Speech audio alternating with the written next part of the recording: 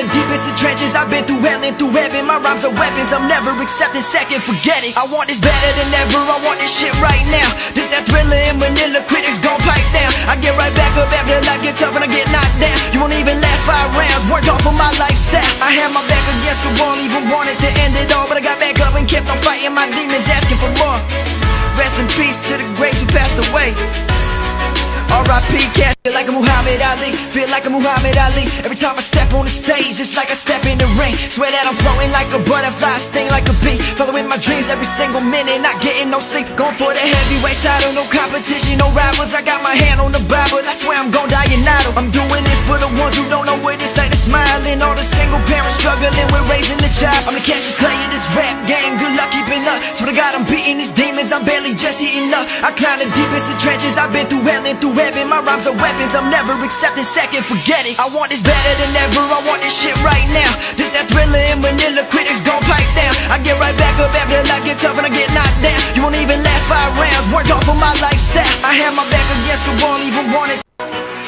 Feel like a Muhammad Ali, feel like a Muhammad Ali. Every time I step on the stage, it's like I step in the ring. Swear that I'm floating like a butterfly, sting like a bee. Following my dreams every single minute, not getting no sleep. Going for the heavyweight title, no competition, no rivals. I got my Assalamu alaikum wa rahmatullahi wa barakatuhu. This for the ones who don't know what it's like to smiling. All the single parents struggling with raising the child. I'm the catch. Right about now, you're tuned into Ramadan FM 2018. I'm barely just heating up. I climb the deepest of trenches. I've been through hell and through heaven. My rhymes are weapons.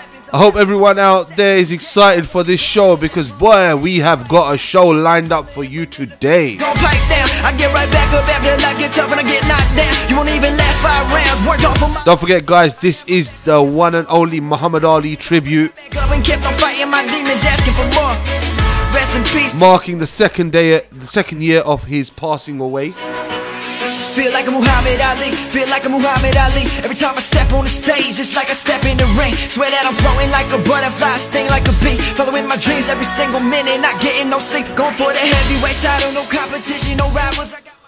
I'm joined in the studio with my co-host Muz Rafiq. Say, give him a quick wave, Muz.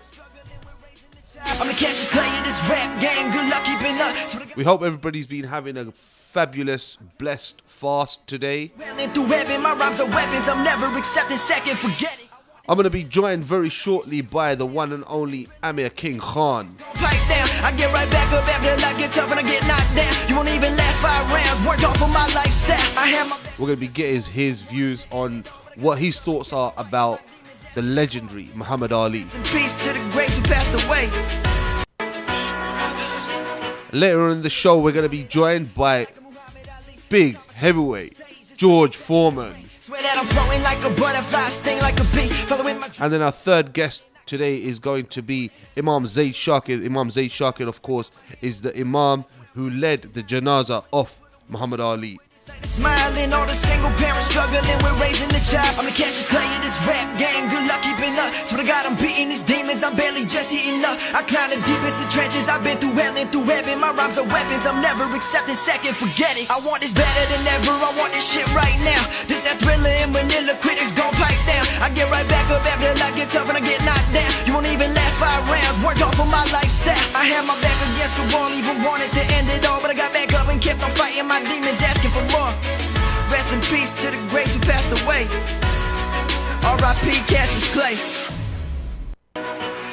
Feel like a Muhammad Ali, feel like a Muhammad Ali. Every time I step on the stage, it's like I step in the ring. Swear that I'm floating like a butterfly, sting like a bee. Following my dreams every single minute, not getting no sleep. Going for the heavyweight title, no competition, no rivals. I got my hand on the Bible, that's where I'm gon' die and idle. I'm doing this for the ones who don't know what it's like to smiling. All the single parents struggling with raising the child. I'm the Cassius Clay of this rap game, good luck keeping up. Swear to God I'm beating these demons, I'm barely just heating up. I climb the deepest of trenches, I've been through hell and through heaven. My rhymes are weapons, I'm never accepting second, forget it. I want this better than ever, I want this shit right now. This that Thriller in Manila, critics gon' pipe down. I get right back up after life get tough and I get knocked down. You won't even last 5 rounds, worked off of my lifestyle. I had my back against the wall, even wanted to end it all, but I got back up and kept on fighting my demons, asking for more.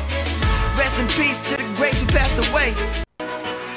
Feel like like a Muhammad Ali, feel like a Muhammad Ali. Every time I step on the stage, it's like I step in the ring. Swear that I'm floating like a butterfly, sting like a bee. Following my dreams every single minute, not getting no sleep. Going for the heavyweight title, no competition, no rivals. I got my hand on the Bible, that's where I'm gon' die in idle. I'm doing this for the ones who don't know what it's like to smile. And all the single parents struggling with raising the child. I'm the catch player of this rap game, good luck keeping up. Swear to God I'm beating these demons, I'm barely just hitting.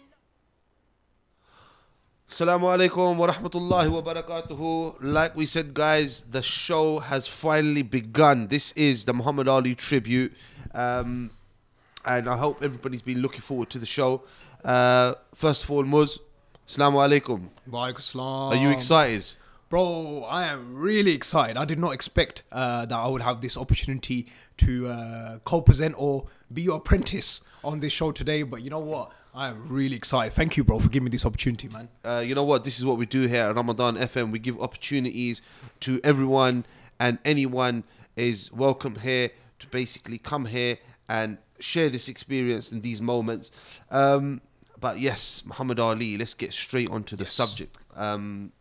What a personality. Let me just give everybody a quick background. Obviously, Muhammad Ali passed away 2 years ago on the 3rd of June in 2016. 2 years on, you know, people are still talking about the legend as he's still alive, because you know what, the name Ali lives on and will continue to live on, I'm sure, not only for decades but for centuries to come. This was a personality that was much more than a boxer. But talking about his boxing career, you know, Ali come onto the scene after winning his Olympic gold in 1960 in Rome. And it's quite an interesting story about that Olympic gold, because he won that gold medal, and then you know, this he quotes it himself, the story so eloquently, that he came back and that gold medal didn't mean everything to him. This wasn't the world to him. Do you understand? More than the gold medal was the rights of his downtrodden people, because it was short after him winning the gold medal, he walked into a diner and he was told to leave because of the color of his skin. Wow. And he went and he thought, hold on a second, I'm representing my country on the world stage. I'm the world, I've just won the gold medal, and I can't eat downtown. And he took that gold medal and he threw it into the river. Really? And that was a statement. That was a statement. Yeah. That is really where his life began. And in 1961, when he turned professional, I mean, Muhammad Ali, he had a career which stretched over 21 years. That's a very long career. 61 fights, 56 wins out of those 61 fights. Only 5 losses. But you know what, Muz? I want to tell you something. He lost 5 times, but he came back to beat 4 of those 5 opponents. He came back to beat them. What more can you say? That just shows the character. You know, usually people, I'm not going to spoil the intro too much, but usually when people get defeated, it usually ends their careers. But this man will come back. It just shows, you know, another one of his major qualities, and you know, power that he would have to come back. That self-belief, you know, and he came back. He came back, and the one he didn't come back for was Larry Holmes, and obviously by then he was done. Parkinson's had set in. You know, he was a seriously ill man. So now he was not only fighting the battle he always had a battle in the ring, and he always had a battle outside of the ring as well. If it wasn't with his health, then it was with the civil rights movement, which he was at the forefront of leading at that time. Obviously 3 times world heavyweight champion. The first time that had ever happened. Obviously we know that Tyson did that as well afterwards, but at that time, Muhammad Ali, again, first man to win the title 3 times. In 1967, obviously the first time he won the title was against Sonny Liston in 1964, when at the age of, he became the youngest heavyweight champion of the world at that time. And in 1967, just a few short years after him being the world heavyweight champion, while he's still the world heavyweight champion of the world, he gets drafted, and he's told to go and fight a war which he didn't believe in. And you know, he gave up his title. He gave up his title, and they stripped him of his title for 3 years. He faced potential imprisonment. He faced a $10,000 fine, and he was told, your career is over. And remember, Muz, I mean, you're a bit of an athlete yourself, but come on, man. At compared the age, to you, yeah. Compared to you. Yeah, well, compared to me, pretty much anyone's an athlete. Yeah, I'll give you that one. Yeah. But, you know, at the age of 25, Muz, 25 years old, you're the world heavyweight champion. Peak of your career. Peak of your career. You know, you're literally destroying everyone and anyone that comes close to you. And if you're not destroying them by knocking them out, you're destroying them by just dancing, literally dancing rings around them. You know, that's what he done. And what happens? He's stripped of his career. And he doesn't cry. He doesn't moan. He wears it like a badge of honor. You know, look, this is what I'm sacrificing. This is what I'm giving. And whoa, you know what? As being part of a movement, Minhaj al-Quran, in terms of waking people up, can you imagine what that would have done was in waking up a nation, a sleeping nation? That is what, you know, what Muhammad Ali gave to this world. And then obviously he comes back after a 3.5 year layoff. When you come back, you're going to be inactive. You're going to be your timing's going to be off. You're not going to be that.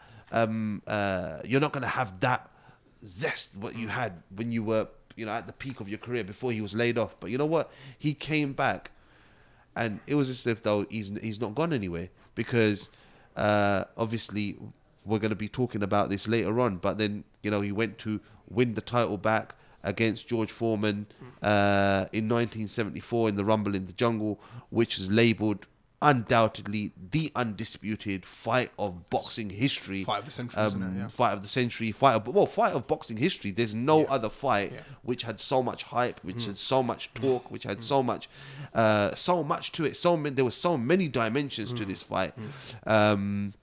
So it had everything. It had everything. I mean, even in this day and age, as a boxing fan of the current era of stock that we have, I remember when I viewed the Rumble in the Jungle with you, and the hype towards it, the build up towards it, the whole atmosphere towards it. No fights would have that, and I think that was probably Ali's trait, right? That every fight that he would have, he would sell it like it'd be a championship fight. That was one of his biggest qualities as well, right? Obviously, we're gonna give a little bit, but you know what? Before I go on any further, you know what? I just want everybody to just watch this. This is just gonna be just like this is Ali summed up. Just watch this.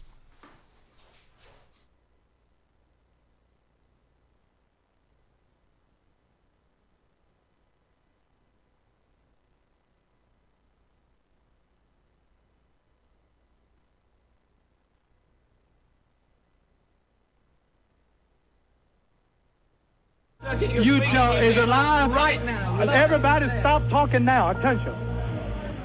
I told you, all of my critics, I told you all that I was the greatest of all time. When I beat Sonny Liston, I told you today I'm still the greatest of all time. Never again make me the underdog until I'm about 50 years old. Right. Then you might get me. Talking about how big George Foreman is, how terrible, I'm scared for my life, how relentless he is. That sucker ain't nothing. Down goes Frazier!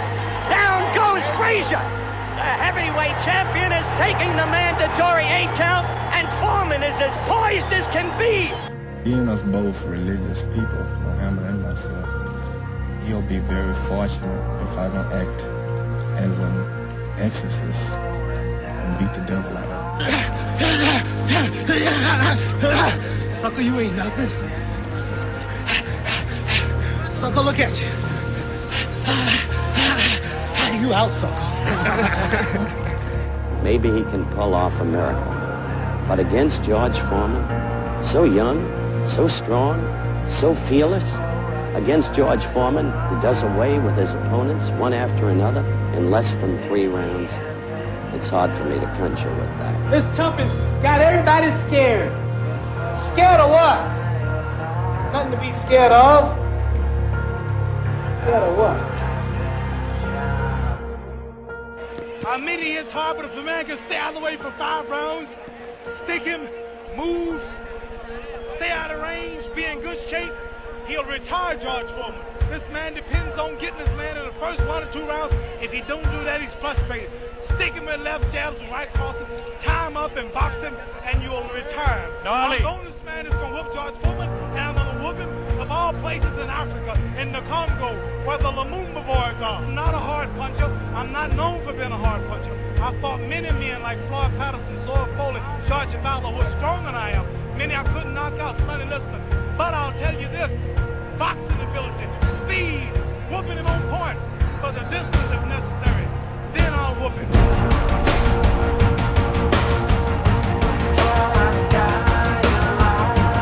I told the world, I talk to God every day. God's with me, ain't nobody here. Sonny, I come out the world. I know God, I know the real God. Wait a minute, I'm the king of the world. Hold it, you're not that pretty. I'm a bad man.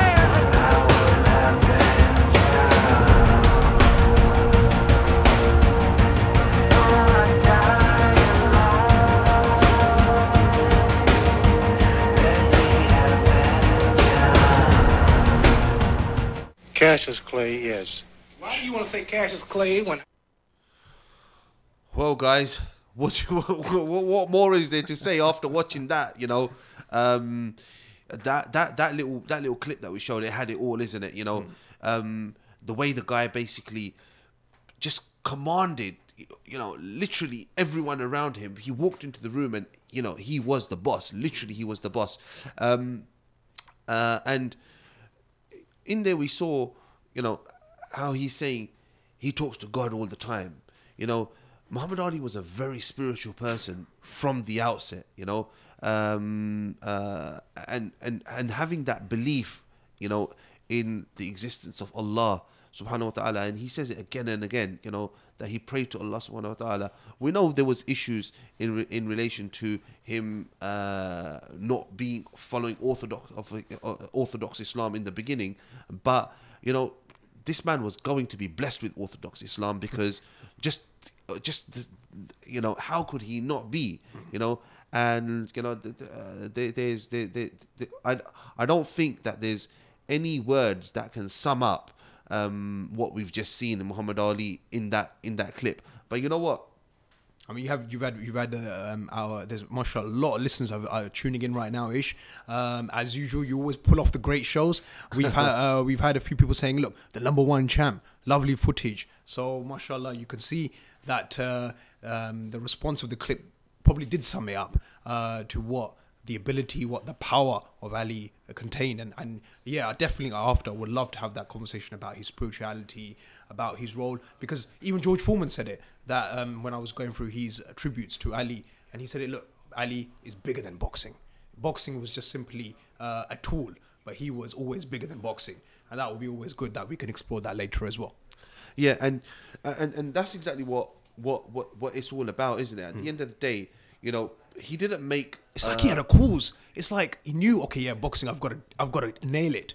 But there was always a purpose in what he was trying to do. And you know, that's the reason why he ended up with Parkinson's, because he was asked on numerous occasions, don't you think that, you know what, we should be basically, don't you think we should basically be coming towards the end of my career? But he said, no, I want to stay on the circuit. You know why? Because being the heavyweight champion, I can do the things that I can't do if I'm retired. And, you know, he stuck in the game for that, you know, those few extra fights that he had, which maybe he shouldn't have had.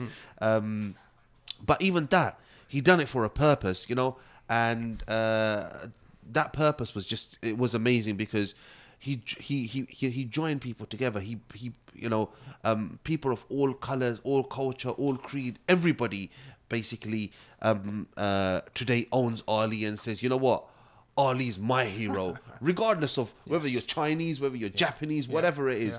But you know what, without further ado, I will basically like to welcome onto the show our first guest, the one and only Amir King Khan. And I want to basically get his views. Assalamu alaikum, Amir.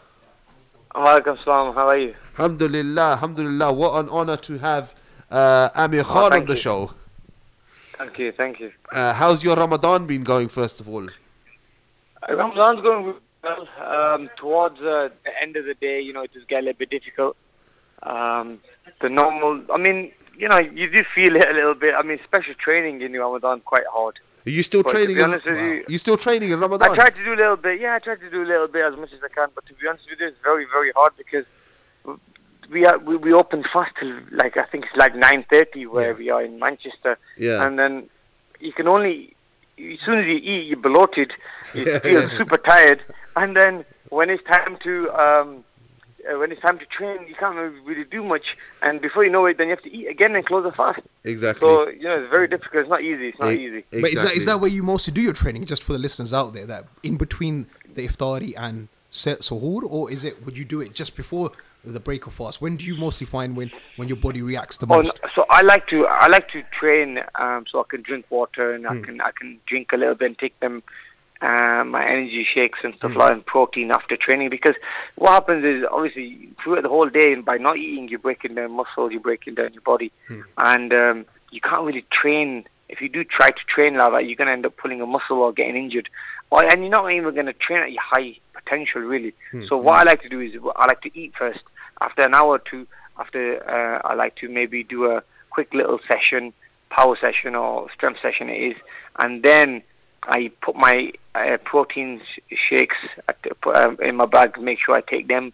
I drink water throughout the training session, so that way my body is definitely getting food while I'm training as well. Okay, excellent. Amir, we've been this show is dedicated to the one and only Muhammad Ali. I know you've got a very close connection with Muhammad Ali. You first met him on the way back from Umrah. You had just done Umrah and you met Muhammad Ali. First of all, tell us about that particular incident. So I've always been a big fan of Muhammad Ali and been looking up to him like all the other people around the world who have been looking up to him. And me being a fighter, and in the UK, we just probably after Olympics, a couple of years after Olympics, I thought, I'm sure, Muhammad will definitely meet me. Muhammad Ali would meet me if we did the right things, if we spoke to the right person. So my uncle got in touch with Muhammad Ali's wife, and she managed to say, he knows who Amir is. We know who Amir is. Amir is an Olympian, and we'd love to have him at our. So I remember I was already booked to go Saudi Arabia. I went there. And as soon as I come back from there, I literally flew to Louisville just to see Muhammad Ali and had the honor to meet him and spend the whole day with him. Wow. Normally when guys come over to, superstars meet you, they meet you for 10, 15 minutes and they're gone then because they want to do their own thing or they want to probably rest. But Muhammad Ali spent the whole day with us and he wouldn't leave. Wow. I was like, wow, I couldn't believe it because he was such a great gentleman. And I remember telling him at the time that I just finished my Umrah and I prayed for you, and he shook his hand out, stuck his hand out and shook my hand. That showed me that he understands everything you said to him. It's just that basically he can't speak because of the illness at that time. He had Parkinson's. He had lost his speech, obviously. Lost his speech because they said his tongue is swollen, so that way he can't speak. And but you could see everything. He understood everything, and when I was telling him things, you could see his eyes moving. You could see his eyebrows moving, like he wants to. He was acknowledging your whatever you were saying to him. Definitely, he was. And I mean, see a hero like him, to see a hero like him, from who used to speak so much in the ring and used to beat all his opponents with his mouth. And now, I've thought to myself, look at this guy now. This is our hero. Look, he can't speak now. So it's crazy how things happen. Yeah, exactly. And you actually went. It wasn't like you were just in the US and you thought, okay, you know what, let's go. So you basically left the UK to go to the US specifically to meet him. So you done hijrah to meet him. No, definitely I did. Yeah, definitely, because I really wanted to see him. My dream was to meet Muhammad Ali and shake his hand. Wow. And just spend some time, even if it was a couple of seconds, as long as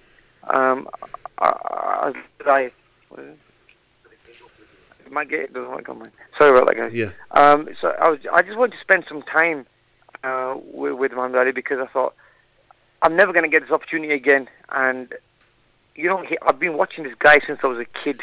Yeah. And I thought, to have him in front of me, I was, when I get a lot of kids come over to me, and they want a picture with me, but then a lot of kids, when I speak to them, they never speak back to me, and I think to myself, what is wrong with these kids? They want to see me, they're so excited to see me, but they don't even talk to me. Now, I know how that feels, because you know what, I felt the same way when I met Muhammad Ali. I didn't know what to say to him.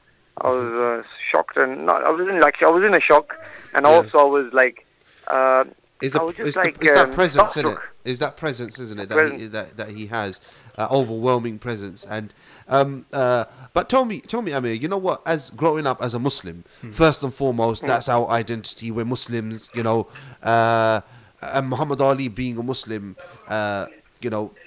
what did that in particular, him being a Muslim, how did that basically inspire you to basically in your career? It inspired me quite a lot, because to see someone like Muhammad Ali who was never scared to talk about his religion, to go out there and stand up and say he is a Muslim, and not to be afraid of saying he's a Muslim, definitely give me motivation to kind of go out there and also say I'm a Muslim and promote, because there's a lot of sportsmen and sportswomen out there nowadays who might be Muslim, but they never tell the world that they're Muslims because of what's been going on around the world. But guess what? Muhammad Ali was one guy, with whatever was going on around that time, he was saying he's a Muslim and how proud he was, and he used to talk about Islam and everything. And I do the same thing as much as I can. I learned from Muhammad Ali. I learned the things that he used to say. I learned from how he was. I think Brother Amir Khan's being a bit humble. Alhamdulillah, as Islam, you would say that, Brother, Amir, yourself, especially letting the public know that you're Muslim. I know after all the terrorist attacks took place, you took a stance, and I've done a lot of work on the ground, as well as one of your biggest, I think, things that you do is during Ramadan, you say it clearly that that's it, I'm not fighting, I'm taking a break, and a lot of the commentators actually come out and say that. So the dawah that you're doing, it's great work, mashallah. Through your actions, yes. Alhamdulillah, it is, and I hope that kids see this, kids and youngsters see this, and inshallah follow my footsteps in taking the whole month off and praying and asking God for forgiveness for all the wrong that we've done all in the years, and also to pray to Allah.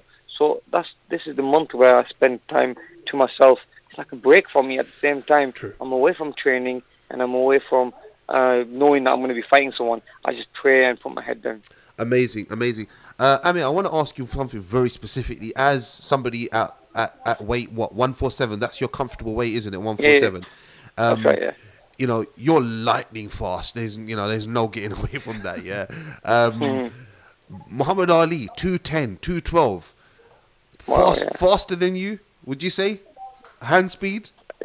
It's hard to say. It's hard to say. It's hard to say. Okay, because even the fact that you're saying it's hard to say, come on, man, moving at that weight, at that speed, what does it take, bro? Honestly, for Muhammad Ali to be as quick as he was in the heavyweight division was unheard of. Because, he is just, I just can't believe it. Because look, they say I'm one of the fastest fighters in the sport at the moment, but Muhammad Ali was a fighter who was probably as quick as me, or maybe quicker. We didn't see him live in person, but to have someone at the heavyweight division as lightning speed of punches, and you have to remember, speed kills. Now, when you hit someone with speed shots, they do hurt. And you can just imagine Muhammad Ali with having 210 pounds behind him when he's throwing them quick lightning shots, and he's going to be hitting someone on the face and the body. It's going to hurt. And you see how many fights he won, looking so great and with the speed when he fought against the likes of Foreman, and then when he became the youngest ever listen. So you know what? That's the speed that winning them fights, in my opinion. Speed is something that you're born with. You don't get. You can't train speed. People always ask me as well, like, how can we work on our speed and how can we become fast? You can't. There's no way of getting fast. There's no way of teaching yourself to become fast. It's all you're born with. You're born with it. And Muhammad Ali was a great athlete who was born with speed, power, and being a heavyweight. And staying on the subject of speed. I mean, you mentioned his hand speed, but what about his ability to judge punches and just basically have his hands low and somebody swinging at him? And remember, these are like 210 pounds, 215 pounds coming. He made it look so easy. Yeah? Exactly. He made it look so easy. How, Amir, as a professional? I think how did you do that? You know what? Confidence, man. It's the confidence he had. He was so confident that he knows that he can move away from them shots. He probably saw them shots in slow motion. I mean, yes, he was knocked down. He was knocked out in fights, but still, I mean, for what he used to do, he used to stand in front of people like when he fought against, for example, George Foreman. Going back to him again, he had his hands down on the ropes, taking punches, but moving, making him miss a lot. I mean, his confidence. It's about knowing that what position you're in, and not many fighters have that. Not many people know how to do that, and he was that confident in the fight that he just felt like he's comfortable if he had his hands down. So amazing. And again, I want to stay on speed for a little while, because the reason why I want to stay on speed is because of your speed. Yes. And if there's anybody that understands speed, it's going to be you. And I want to pick your brains on this, Amir, about footwork.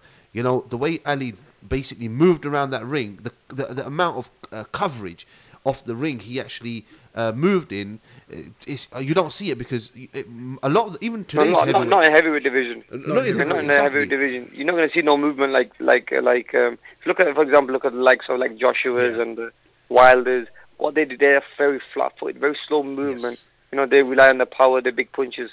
But Muhammad Ali was the opposite. Muhammad Ali was a guy who was very, very light on his feet. He didn't have the big legs like these other heavyweights have now. He was very light. He had thin legs. He used to move in and out, and used to get away from trouble at times when, you know, he had opponents running at him. He then uses his feet to kind of get away from being in trouble. So, I mean, footwork he had with hand speed and power. I mean, what else do you need? As a fighter, they're the three main things you need in boxing, and he had them all. Wow. And I mean, so in terms of Muhammad Ali's career, you've obviously you've probably gone through all the fights and looked at, you know, everything that he's done. What for you would say is, you know what, that fight that was just amazing. One thing that sticks out to you in his boxing career. When Muhammad Ali was fighting. Yeah. Any particular fight or particular moment with it in the ring? What he was like as a person. Because, mind you, you know, Muhammad Ali, in the prime of his career, took out 2-3 years, and he was in prison those 2-3 years because he stood against going into the war. Yeah. So they were his peak years. They were the years where he was probably going to be the best, and viewed that was the best Muhammad Ali, because, you know, he was young, he was hungry, he was world champion at the time. But then they stripped him. They took him away from being a world champion. They stripped him and put him in jail. In his peak of his career, 3 years of his whole career, he was in prison. This is what I mean. He's out of boxing. We only saw probably like 60% of the best of Muhammad Ali, because the best years he was in prison, poor guy, you know. So, I mean, I do feel for him there as well, because really, he could have, I mean, as we say, he is the greatest and the best fighter out there, but that ever lived. But the thing is, he could have been even better, in my opinion, if they hadn't put him in jail for those 3 years. Wow. Well, what would that have done? Go on, Muz wants to ask something. No, for me, it's there's, you know what, I'm watching all the Facebook messages and stuff, and I need to get this in before Ismail comes in with another question as well. The question that's coming in, obviously your last fight, your comeback fight, you came back and absolutely annihilated it. You never even you never gave us any entertainment, bro. We sat down, we all sat down as a group and thought, boys, Amar Khan's back, let's watch him. Took a night off, got all the tea ready, ordered the pizza. The pizza didn't even arrive. The pizza didn't even arrive. Pizza didn't even arrive, bro. And Amar Khan finished him off. So yeah, so you did that. Now everyone's asking us, all the listeners are asking us, bro, when is your next fight happening? That is what we want to know. Any idea of an opponent as well? September, Opponent-wise, we're looking at some names. September, I'm looking at either the first or the second week. I want to keep myself busy now, you know what I mean? These are the years where I just want to keep busy. I want to get back in the ring, and inshallah, I'm at the peak of my career now. I want to make sure I get the best fights out of the way now. Now, the last fight obviously only went around. I want to get more experience in the ring, but obviously I caught him with a good shot. So that's what kind of put him away. But hopefully this next opponent is going to be even tougher, and hopefully we can get a couple of more rounds under my belt. Any names? Any names? I mean, look, there's a few names. Look, there's Porter, there's Garcia, there's Peace, and these are names I want. Yeah. Even the Brook fights, the people talking about that fight. So I've got meetings with Eddie Hearn when he gets back from America. So there's a lot going on at the moment. These next couple of days, has been quite busy because we've been talking about opponents and stuff. One thing about me is I fight anyone who to put me in front of. At times I'm in arguments with my promoters to say I want to fight this guy, and they're like, oh no, just have one more tune-up fight. I'm like, no, I want to fight this guy now. I want to fight for a title, and they have to slow me down. That's the type of guy I am. But look, inshallah, my dream is to win another world title, and then hopefully there's some big names that they're like the Kell Brooks and other big names that people want to see me fight. I want to fight these people. I mean, people like Garcia. I've been chasing Garcia for a long, long time. Didn't get the fight. Peterson rematch, wanted it. Obviously got caught tested positive, and still that fight never happened. I mean, these are fights, I've been chasing for a long, long time, and they've never come. So let's see. Let's hope we can get these big fights in before I do call it a day. I'm like I said, I'm at the peak of my career now, and I want them big fights, and inshallah I want to be remembered as, even if I'm remembered a quarter of what Muhammad Ali is being remembered for, I'll be very happy. Well, that's a huge aspiration, and you know what? On behalf of Minhaj al-Quran International and on behalf of the Ramadan FM 2018 team, we want to wish you all the best. We pray to Allah subhanahu wa ta'ala that He makes you successful in your career. Thank you, and we pray to Allah subhanahu wa ta'ala that He enables you to, bang out anyone that stands in front of you, bro. That's it, man. That's it, bro. Yeah, exactly. Inshallah. And the work that you're doing for charity, and the work that you're doing around the world, really, especially in Pakistan, you're doing a lot of work there as well. We're following your work, and you know what, you're an inspiration to so many people, and I'm sure so many. See, this is what I got from people like Muhammad Ali when he used to go out of his way and help the less fortunate, and I used to watch that, and I think he's such a nice guy for doing this. And obviously, when I met him, we spoke about it, and obviously he rubbed off me. And I thought, one day I want to do things that Muhammad Ali used to do.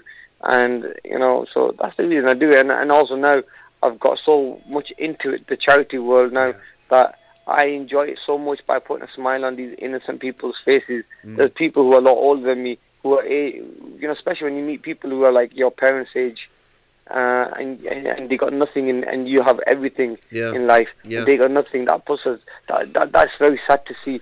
And I try to go out my way to do as much as I can. Yeah, definitely. Even through my foundation, or not even through my foundation. Even if God forbid, I'm in Pakistan one day, and I see a family, I just do what I can for them. Whatever's in my pocket, I give away. I mean, there's been days where I've gone to Pakistan, I help the less fortunate people, help the poor people where I've got nothing in my pocket to eat afterwards, you know what I mean? I mean, that's the type of person I am. I just know that Allah's on my side, and maybe God put me in this position just to help other people out there. Alhamdulillah. Inshallah, we're gonna if not this year, then definitely next year we want to arrange an iftari with you. I mean, obviously Minhaj al-Quran International, we've got branches across the UK. You're in Manchester now, so we've got the Minhaj College in Manchester as well.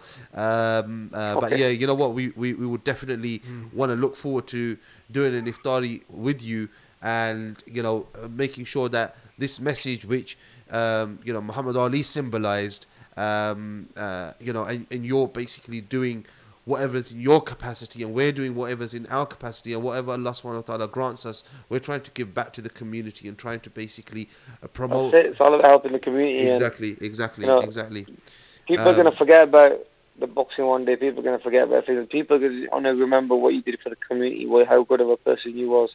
And that's why people remember Muhammad Ali, because he was a better person outside the ring than he was in the ring, and what he did for the community, people remember still. That's right. That's absolutely right. You know what, Amir? Once again, on behalf of our whole organisation and our team, we would just like to thank you for taking some time out to talk to us and share your views. and we pray that you have a blessed Ramadan and a very prosperous future. Inshallah, thank you very much, and thank you for having me on, guys, and all the very best, inshallah. Okay. Ramadan Mubarak to everyone. Ramadan Thank you. Kareem. Ramadan Kareem. Assalamu alaikum. Allah Hafiz, bro. Take care. Well, boys, there you had it. You heard it from Amir Khan himself about how he was inspired by Muhammad Ali and how Muhammad Ali's inspired him to basically do work, whatever is within his capacity, to continue to serve the community and serve the ummah. But you know what? If people like Amir Khan, who are living legends of today and inspire so many people today, if that's how they revere Muhammad Ali and what their thoughts are about him, then you know what? It just basically just goes to show what himself, what his personality would have been like. No, it's unbelievable. I mean, seeing the tributes coming in now on Facebook Live and stuff, it's just emotional that it's only been 2 years, and seeing someone, these days you see actors pass away, you see celebrities pass away. Maybe that day, maybe a week or so, people feel it, but that's it, it's gone. But with Ali, it seems like there is a whole what's the word I'm trying to look for? A whole persona about him, a whole atmosphere about him, that he is the greatest and he has left a legacy. That's it, a legacy that he's left. It's unbelievable. It's unbelievable. We're having people message in saying one of their favorites fights was Thriller in Manila. Thriller in Manila, man. Joe Frazier. The third one. Joe Frazier. Oh, that's just the third. So they had three encounters, right? 3 encounters. Yeah. First one he lost. Second one he won. Third one he won again. But you know what? I should have asked Amir that. 15 rounds, bro. Going 15 rounds as a heavyweight. Going 15 rounds. He went 15 rounds in the first fight. Mm-hmm. Then second fight was 12 rounds. And then the third fight was 15 rounds. And that 15, it actually finished on the 14th round. Joe Frazier didn't come out for the 15th. Yes. But that fight, Ali says, that's the closest that I've come to death. Wow. Basically, for Ali to say that, who had gone through many 15 rounds before. I mean, nowadays it's 12 rounds. It's 12 rounds now, yeah. So that's 9 minutes less, and 9 minutes just wow. trying to work out for 9 minutes basically at that pace, at that speed. I know all about it, bro. I had to work out for 9 seconds the other day, and I'm still feeling it. Yes. But that's what. Especially boxing. I myself, I'm not no boxer or nothing, but I did a little training, and just like you said, just doing a minute of continuous punching and dodging and whatever. Wow, yes, you feel it, and for Ali to do it on a continuous basis, and especially when he fought Foreman in those 15 rounds in that hot Zaire heat. 7 rounds, yeah. 7 rounds. So was it 7 rounds? Was it? It was 8th round knockout, isn't it? Even then, 8 rounds. In that heat, in that time, with your body going through that pain, through, obviously he had a game plan when he fought Foreman, and for him to go through that game plan and survive, and not only survive and win, it just shows the condition that he was in was unbelievable. And you know what? You're talking about conditioning. Ali basically that Thriller in Manila fight, that was hotter. It was more humid than the Foreman fight, and he went 15 rounds in that, and 14 rounds, like we said. Frazier didn't come out for the 15th, but Frazier and Foreman, they had a very love-hate relationship. Frazier and Ali, you mean? Frazier and Ali, yeah. Yeah, they did. Out of the ring, they brought the worst out of each other. Yeah. Where they were slandering each other. They were basically, Ali's coming out with stuff like, Joe Frazier's too ugly to be the world heavyweight champion. The world heavyweight champion should be someone pretty like me. Joe Frazier's so ugly, his face should be donated to the Bureau of Wildlife. He's calling him the gorilla. I'm gonna get that gorilla in the Thriller in Manila. And he's got a gorilla in the ring. And he's got a gorilla in the ring. He's taunting Frazier. He's basically, to the extent. I mean, it was bad because Joe Frazier, his kids were getting bullied at school You know, because of the taunting. Because of the taunting. They were calling your dad's a gorilla. You know, he's gonna get the gorilla in Manila. And then Ali started calling him an Uncle Tom. Now that was basically, to be called an Uncle Tom in that, you know, nowadays, you know, you call someone an Uncle Tom, people just take it on the chin, lightly. But that time, you call someone an Uncle Tom during the civil rights movement, you know, that was basically, you know, there wasn't a worse swear than basically calling somebody an Uncle Tom. And this is how they reacted to each other out of the ring. But in the ring, boy, did they push each other to their limits. It seemed like it. You know, I mean, to have 3 fights, you know, and it seemed like they were all pretty much solid contests. Full of all, they went the distance. They went all the distance, didn't they? They went the distance. The first 2 were on points. Obviously, Frazier won the first one on points, and Ali said that no, the 3 judges were white and they sold out, you know, and they supported their counterpart in Frazier, but you know, that was a very close fight. It was a very close fight, and then the second one was no contest. You know, Ali won it, and then the third one, wow, what were you going to say about the third one? But you know what? We're not going to talk any further because we are basically very getting shortly, closer. Are we getting closer? We're getting close to that moment where we're going to have the one and only Big George on the line, and we're going to basically ask him about his experience and his career, and we're going to be talking to him about his relationship with Ali. But you know what, Muz? Just before we go on a 30-second break, I just want to say that, you know, having, you know, someone like George Foreman on the line, who's basically somebody that experienced life with Muhammad Ali. This is a massive honor, not only for us but for our listeners. And I think you know, we'll get into the discussion. You know, as we'll get into the discussion. I'm being told that we're going to go on a short break right now, so we're going to take a quick 30-second break now, and then we'll come back afterwards.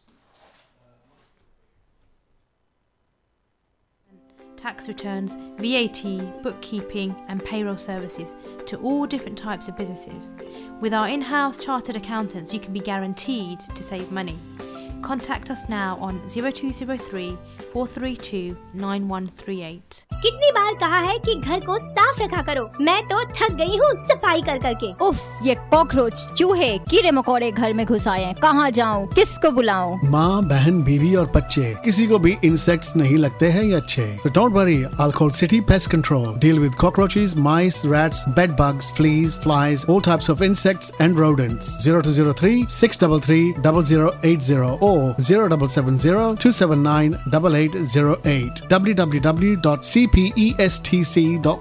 City Pest Control, large enough to cope, small enough to care. All our technicians are British Pest Control Association qualified, and we are regulated by the Royal Society of Public Health. This Ramadan, visit Al Akbar's for all your meat and poultry needs.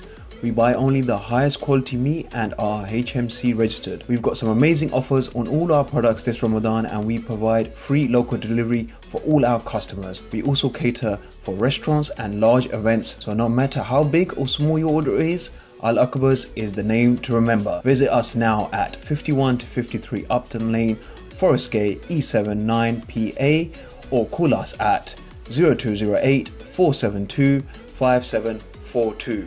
Al Akbar's, the name to remember. Yo, bro! Cuzzy's getting married and I need to get hold of a car. Yar, I know some boys who know SPM car hire. They got the best cars in town. Rolls Royces, Ranges, Maseratis, Aston Martins. Cuz, you name it, they got it. With the best prices in town. Sorted! Looks like I'm going to this wedding in a Range then. They'll drop off the car and pick you up once you're done. Just give them a ring on 01798 397 916 or visit them online spmhire.com or find them on Instagram. Looking for meat and groceries? Look no further than Waris Food Store in Walthamstow. Visit the store to view our special Ramadan offers. 420 Hull Street, Walthamstow, E17 9AA. Or for free delivery, call us on 0208 521 0000. We have fresh deliveries of poultry and vegetables every day. Warres Food Store in Walthamstow. Reliance Solicitors fight to protect your legal rights. Our firm offers a wide range of services including immigration, family law, commercial law, civil litigation, personal injury, landlord and tenant disputes and employment law. Visit us at 602A High Road, 7 Kings, Ilford, IG3 8BU or call 0207 183 5439. Reliance Solicitors, where every client matters. Bridge & Solicitors in Ilford, the name you can trust. We provide services in immigration, family law, landlord and tenant matters, commercial leases and civil litigation. We also deal in personal injury claim and road traffic accidents. Call us on 0203 475 4545. Visit us at 170 Cranbrook Road, Ilford, IG1 4LX. Ramadan FM 2018. The voice of British Muslims. Atlantic Distributions. Whether it is frozen fish, marinated Lahori masala fish, or lamb offals, we have them available at very competitive prices. We are wholesale suppliers to restaurants, butchers, and caterers. Visit us at 51 to 53 Upton Lane, London, E7 9PA. Contact us on 07415 474 185. Usman needs the adhesive to work. If not, his day will be a disaster. So, Usman, if you really need something to bond, grab a tube of CT1 from your local stockist. An incredibly powerful sealant and construction adhesive that's fast, flexible and strong. It can be used anywhere. Assalamu alaikum, welcome back to Ramadan FM. We are doing this show. This is the Ali tribute show, and we were before we went on a break. We were talking to Amir Khan about his relationship with Muhammad Ali, but right now we are going to be going to the one and only heavyweight champion. We've got on the line with us, joining us all the way from the United States, George, the one and only George Foreman. Hi, George. This is George Foreman. Good to hear from you. Hi, George. What a pleasure and what an honor to be speaking to the one and only George Foreman. First of all, I've got to ask you, how are you doing, George? I'm living a good life, all happy and sassy and everything that goes along with happy. That's so good to hear. And how's your health? You know what? If I felt any better, they'd probably put me in jail. Well, George, you know what? We've got a lot of people that are tuning in just to basically listen to your voice and just to basically hear what you've got to say. George, you're an amazing person that's had an amazing life and an amazing career. A total of 81 fights, wow. With 76 wins, and 68 of those 76 wins coming by KO. That is one of the best heavyweight careers in the history of boxing. But George, what I want to ask you is, back in 1969, when you stepped in the ring and made your debut, that heavyweight division, was one with you had Sonny Liston, you had Joe Frazier, you had Ernie Terrell, you had George Chuvalo, you had Ken Norton, Muhammad Ali. That was a circuit and a half to be entering into. George, just talk us through that. How did you get into boxing, and what was it like being around such other great legends of the sport? Boy, I have had a tour through boxing. I was in a day room at a Job Corps Center in the early 60s, and Muhammad Ali was Cassius Clay then, fighting Floyd Patterson for the championship of the world. All the kids looked at me and said, "You big bully, George, you think you're so tough. Why don't you become a boxer?" And can you believe I went into a gym in California, met a trainer, just because of that bluff or that challenge I took. The next thing you know, I was sparring with Sonny Liston. Wow. Because there weren't any big guys around. He tore me up. I couldn't deal with him, but I sure learned to box because I couldn't exist in the ring with Sonny Liston not being able to box. You had to move, buddy. You had to move. Wow. And then, you know, within a brief period of time, I was on the Olympic team. 1 year, started to box. A year and a half later, I was an Olympic gold medalist. All because of the big punch. I never did get to be skillful because I'd knock guys out quickly. Wow. And so who was your role model? Who did you want to aspire to be to? Who was your one person you thought, you know what, I want to be like him? The first time I met Sonny Liston, I thought, man, that's a champion of the world. He had nice fitted clothes, nice haircut, his shoes were shined. He walked into the gym and people wanted his autograph, and if they didn't, they feared him because of it. That's who I wanted to be. And I patterned myself, staring people in their face, being mean, all because I love that Sonny Liston. Wow. So Sonny Liston was your hero. And George, when you came into the ring, like you said, you fought against Joe Frazier, Ken Norton. These were guys that went sort of like the distance with Muhammad Ali, and even beat Muhammad Ali. And you come on the ring and absolutely annihilated these guys. I mean, talking about knocked them off of the canvas. What was it that basically in your style that gave you the ability to do that? A puncher. And I met guys who were filled with pride. If you hit them, they would say, "You're not going to get away with that," and they try to hit me back. And then that opted for a nice knockout. They fought me. Style and pride. When you have a lot of pride, that's the one thing next is to get knocked out. Muhammad Ali didn't have that same kind of pride at all. You heard the story of wolves in sheep clothing. Muhammad Ali disguised himself. That big, strong guy, he was so good looking. You look across the ring and you said, "That nice looking guy can't fight." And you, like an idiot, would be attacking a wolf, and you thinking it's just a lamb. Then all of a sudden you've been hit with those big punches and you've been annihilated because you just didn't think this guy could fight. He could fight. Now with Joe Frazier, I hit him hard. He said, "I'm going to get up and get you." Norton, "I'm going to get up and get you." But when I hurt Muhammad Ali, he said, "I'm just going to cover up. I'm not going to fight you." He outsmarted me. Wow. And Muhammad Ali, look, it's been 2 years, and we are marking the 2 years of his passing away. And you and Muhammad Ali had a very special relationship, both in the ring and outside of the ring. And I want to ask you, going back to that 1974 Kinshasa Zaire, the Rumble in the Jungle, the fight that's been labelled as the fight of boxing history. First thing I want to ask you is, were you confident going into that fight that you would beat him? I thought the fight could go at the most 3 rounds.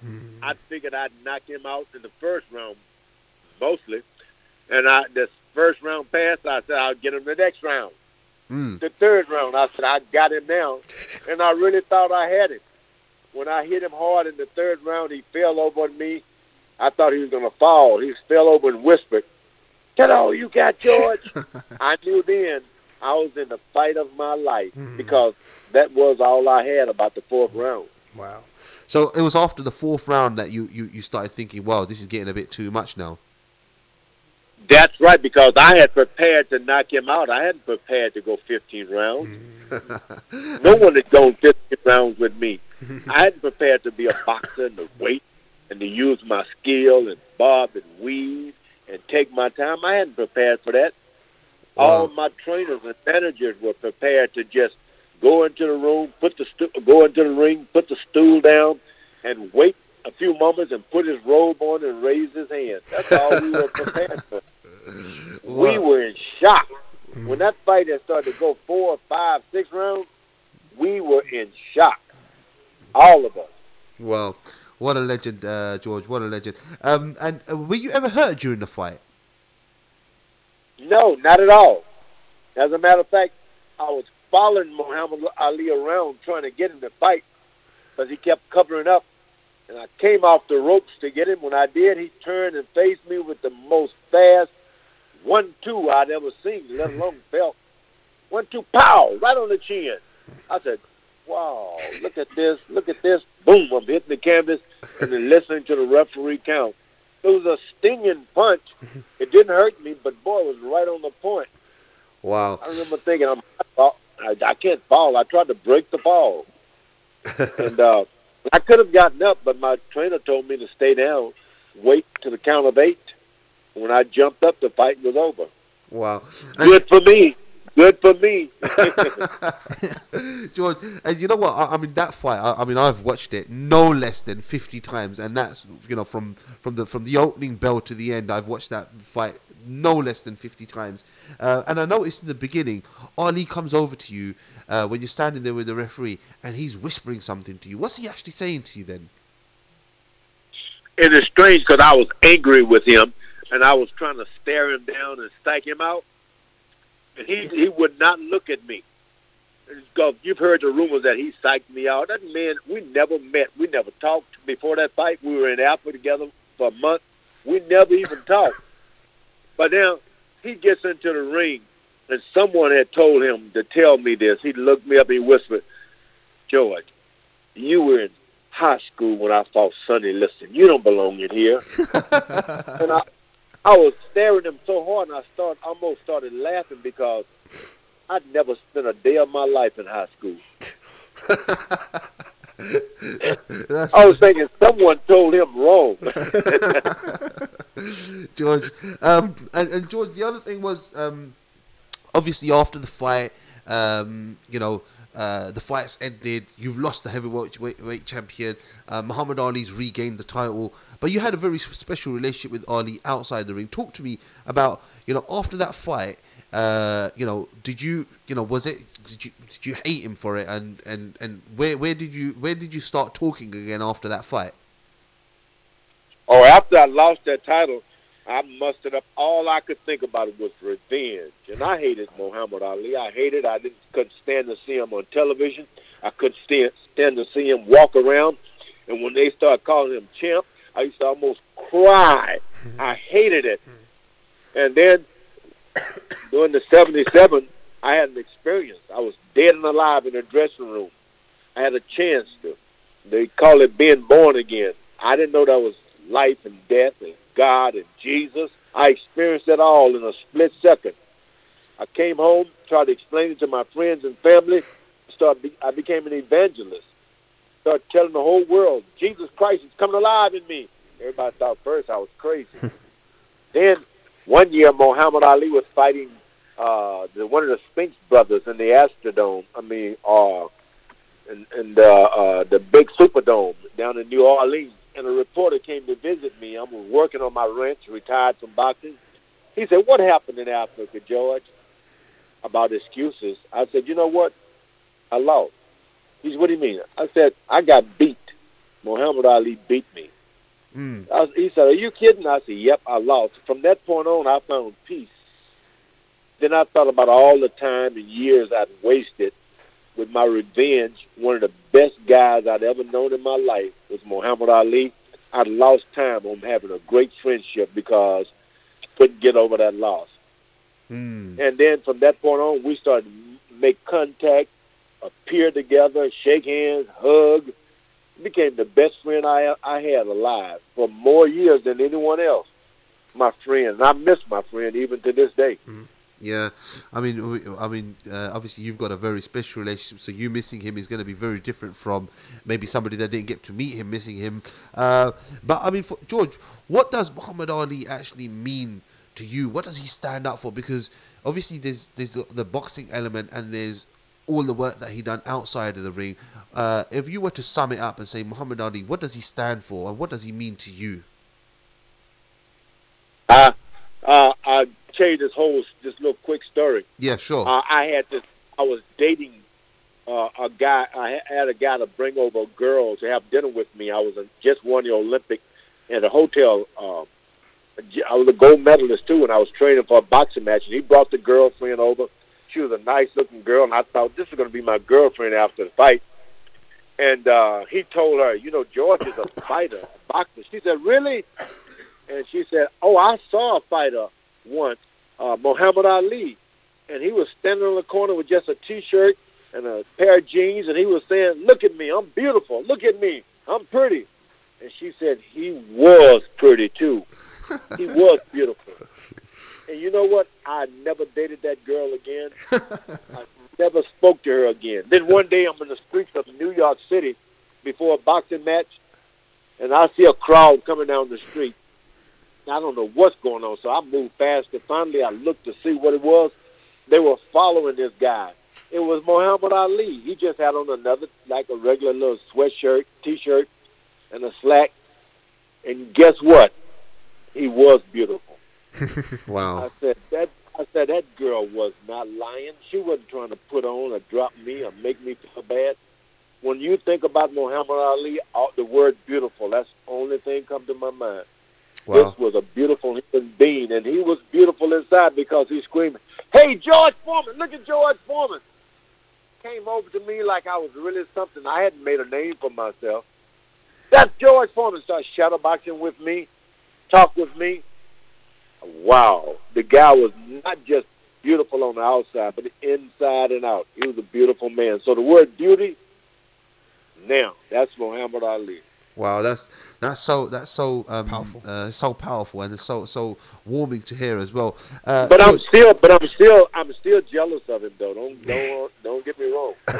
And actually, that is my next question. I mean, how do you feel? I mean, having lost that fight in Kinshasa, Zaire, but you were still part of it. You were still part of that history. So whenever Ali's mentioned, George Foreman's gonna always be mentioned. How does that make you feel that you were there? Now look, they had this movie When We Were Kings. Yeah. I saw the movie, and I call it When I Was a Fool. But I keep watching that film. I'm watching the fight in Zaire, George Foreman and Muhammad Ali. I watch it, and you know what? Each time I keep thinking I'm going to win. Wow. Wow. I keep thinking, I got it this time. And here comes the 8th round, and I'm counting out again. Wow. I mean, you live in that moment. You enjoy the moment. It's a good thing it happened. I got the film to remember for the rest of my days, but that's the way it goes. The loss was good, but that was so many years ago.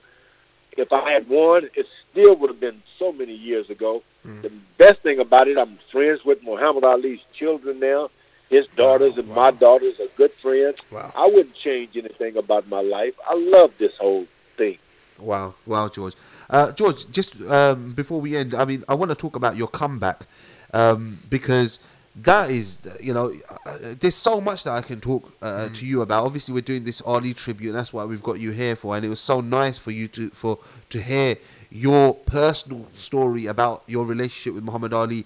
But come on, George, how did you do that at the age of 45 when guys are like retired? It's been 10, 15 years since they retired. You make a comeback and you against Michael Moore and knock him out in the 10th round. Talk to me. How did that happen, man? What inspired you to get back in the ring and do it all over again? You go out and have 9 kids, 10 kids, and they all come to you like the birds in the tree with their mouth open. You'll do it too. That's what happened. I mean, my kids were hungry, and they have the nerve to want to go to college and school and all of that. And then when it's easy. I have 5 sons, all named George, and they all sit at the table. No matter what you put out there, it's empty in no time. I was inspired by my children. That's how. Wow. And you came back and you did it, man. You knocked this guy out, Spark, because that fight was it was going. It was looking like it was going the distance, and then out of nowhere, boom! You just got him, and yeah, I was going. Michael Moore was putting it on me. Then about the 10th round, he looked at me with that same look that Muhammad Ali said, "Is that all you got, George?" I saw that same look on Michael Moore. But this time, I looked at him, and he said with that same look, "That's all you got, George?" And I said, "No, this time I got the lean, mean, fat-reducing grilling machine." So that's where you got that's where you got the lingo from, yeah? Yeah, the George Foreman grill. That's how I got. And you know what? We can't basically let you go without talking about your grilling machine, man. Yeah. George, tell us about how did you get this grilling machine, and where are we going with this now? Because I've got one at home, and you know what? All of my grilled food, whenever I do decide to have grilled food, Which is very rare. but does come from the lean mean grilling machine. Where It's we caused a going with revolution. It's caused a revolution, George. I mean, in UK, people are getting very health conscious. Now it's put everybody in the mood to come up with a grill. So Yes. everybody's eating pretty healthy now. Yeah. The world is in a good state now because of that grill. Everyone is thinking about ways to keep long life going and good health. That grill was the beginning of it. Everybody laughed at me at first, but then you sell 20 million of those things, and then all of a sudden the joke is on you. And what are you doing nowadays, George? What are you doing with your life nowadays? Yeah, I'm still a full-time minister, and evangelist at the Church of the Lord Jesus Christ. I still preach, and I travel all over the country trying to inspire people. A lot of people feel like I can't do it, and sometimes I just show up and they say, "Oh, he did it," and that's the end of it. They don't want to hear what I say. They just look at me and say, "I can do it." But I travel preaching, trying to inspire kids. I have a youth center where I teach kids if they want to learn how to box. But then after a few boxing matches, they decide, "Man, I want an education." That's good. Excellent. And George, when are you coming to the UK, man? We are absolutely would love to host you, man. Yeah, the UK, my home away from home. I love the United Kingdom. I love it. That's where I get mushrooms for breakfast. Oh, I love it. So, when's your next visit? You got anything in the pipeline? Anything planned? As soon as I thought about my appetite, I thought maybe I should go next week. But I'm going to try to arrange something and get over there as quick as I can, because I often think about, when I think about travel, I'm thinking about especially London. I love London. Well, that's where the majority of our listeners are listening to you right now. I'm getting a lot of messages in, basically saying, you know what an inspiration you are to so many people around the world. When you do come to London, we would love to basically arrange a visit. We've got a huge youth centre here. We do a whole range of activities, and you know what, it would mean the world to us to have you down.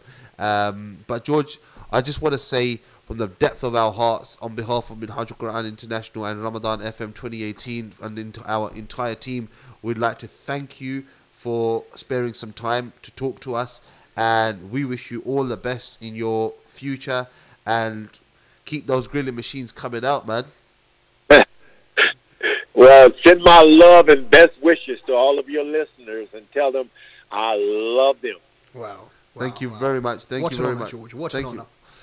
George, what an honor to speak to you. Wish you all the best, and we hope to see you soon. Not talk soon, but we hope to see you soon. Okay, bye-bye. Take care. Bye-bye now, George. Wow, Muz, that was the one and only, the legendary George Foreman. What are you going to say about that now, bro? What an honor. I mean, people must be thinking, Muz is quiet.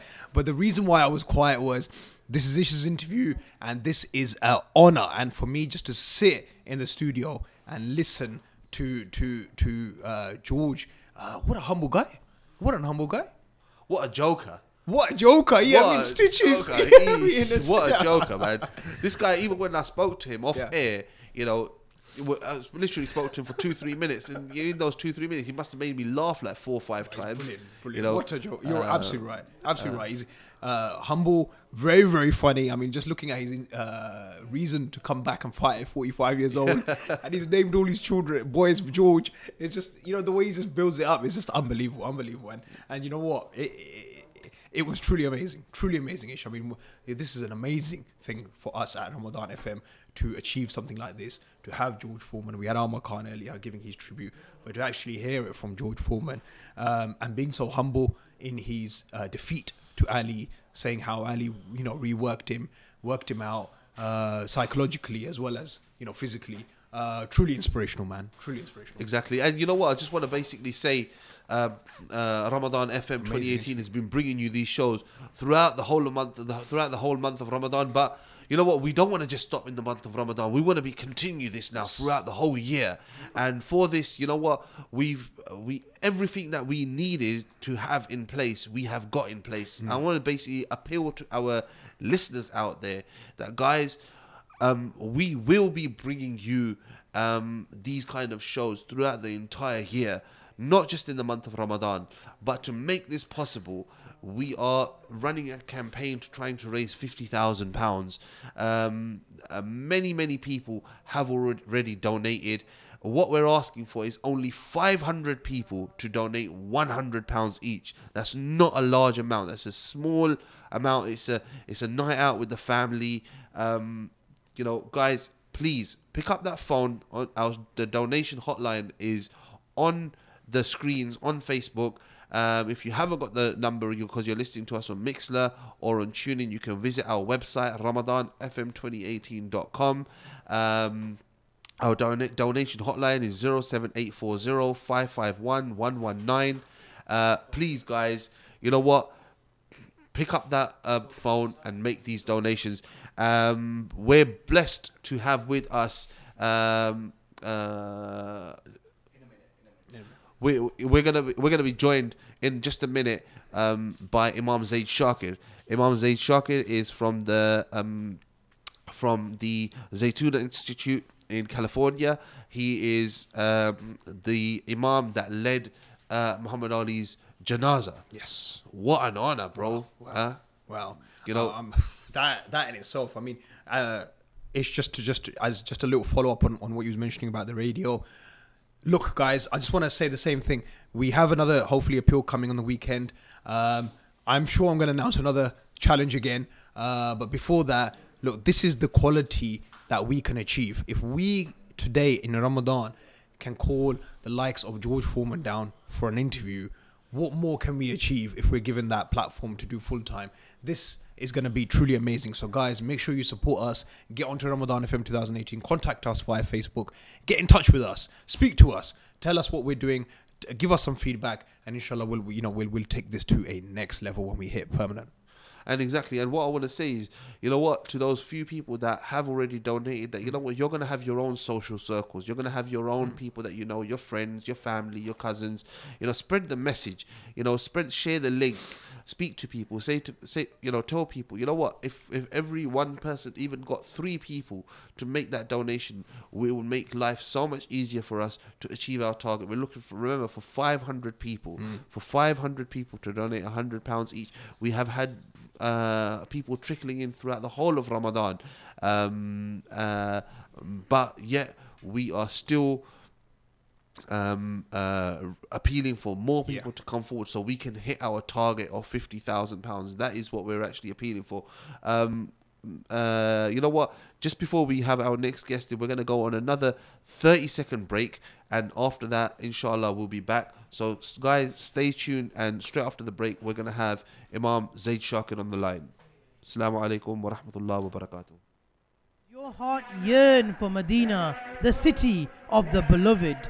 If it is your time to experience a spiritual journey words cannot justify, then join us at Sam Travel and Tours and book your Hajj and Umrah packages today.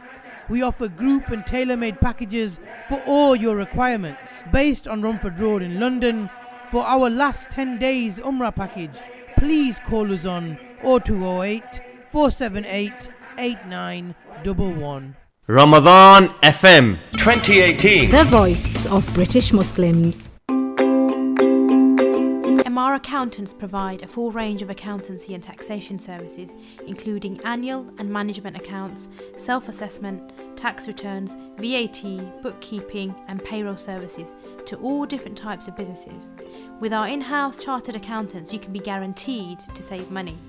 Contact us now on 0203 432 9138. कितनी बार कहा है कि घर को साफ रखा करो। मैं तो थक गई हूँ सफाई कर करके। उफ, ये कॉकरोच, चूहे, कीड़े मकोड़े घर में घुस आए हैं। कहाँ जाऊँ, किसको बुलाऊं? माँ, बहन, बीवी और बच्चे, किसी को भी इंसेक्ट्स नहीं लगते हैं ये अच्छे। So don't worry, I'll call City Pest Control. Deal with cockroaches, mice, rats, bed bugs, fleas, flies, all types of insects and rodents. 0203 633 0080 or 0770 279 8808. www.cpestc.com. City Pest Control, large enough to cope, small enough to care. All our technicians are British Pest Control Association qualified and we are regulated by the Royal Society of Public Health.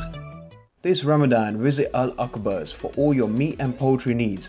We buy only the highest quality meat and are HMC registered. We've got some amazing offers on all our products this Ramadan and we provide free local delivery for all our customers. We also cater for restaurants and large events, so no matter how big or small your order is, Al Akbar's is the name to remember. Visit us now at 51 to 53 Upton Lane, Forest Gate, E7 9PA or call us at 0208 472 5742.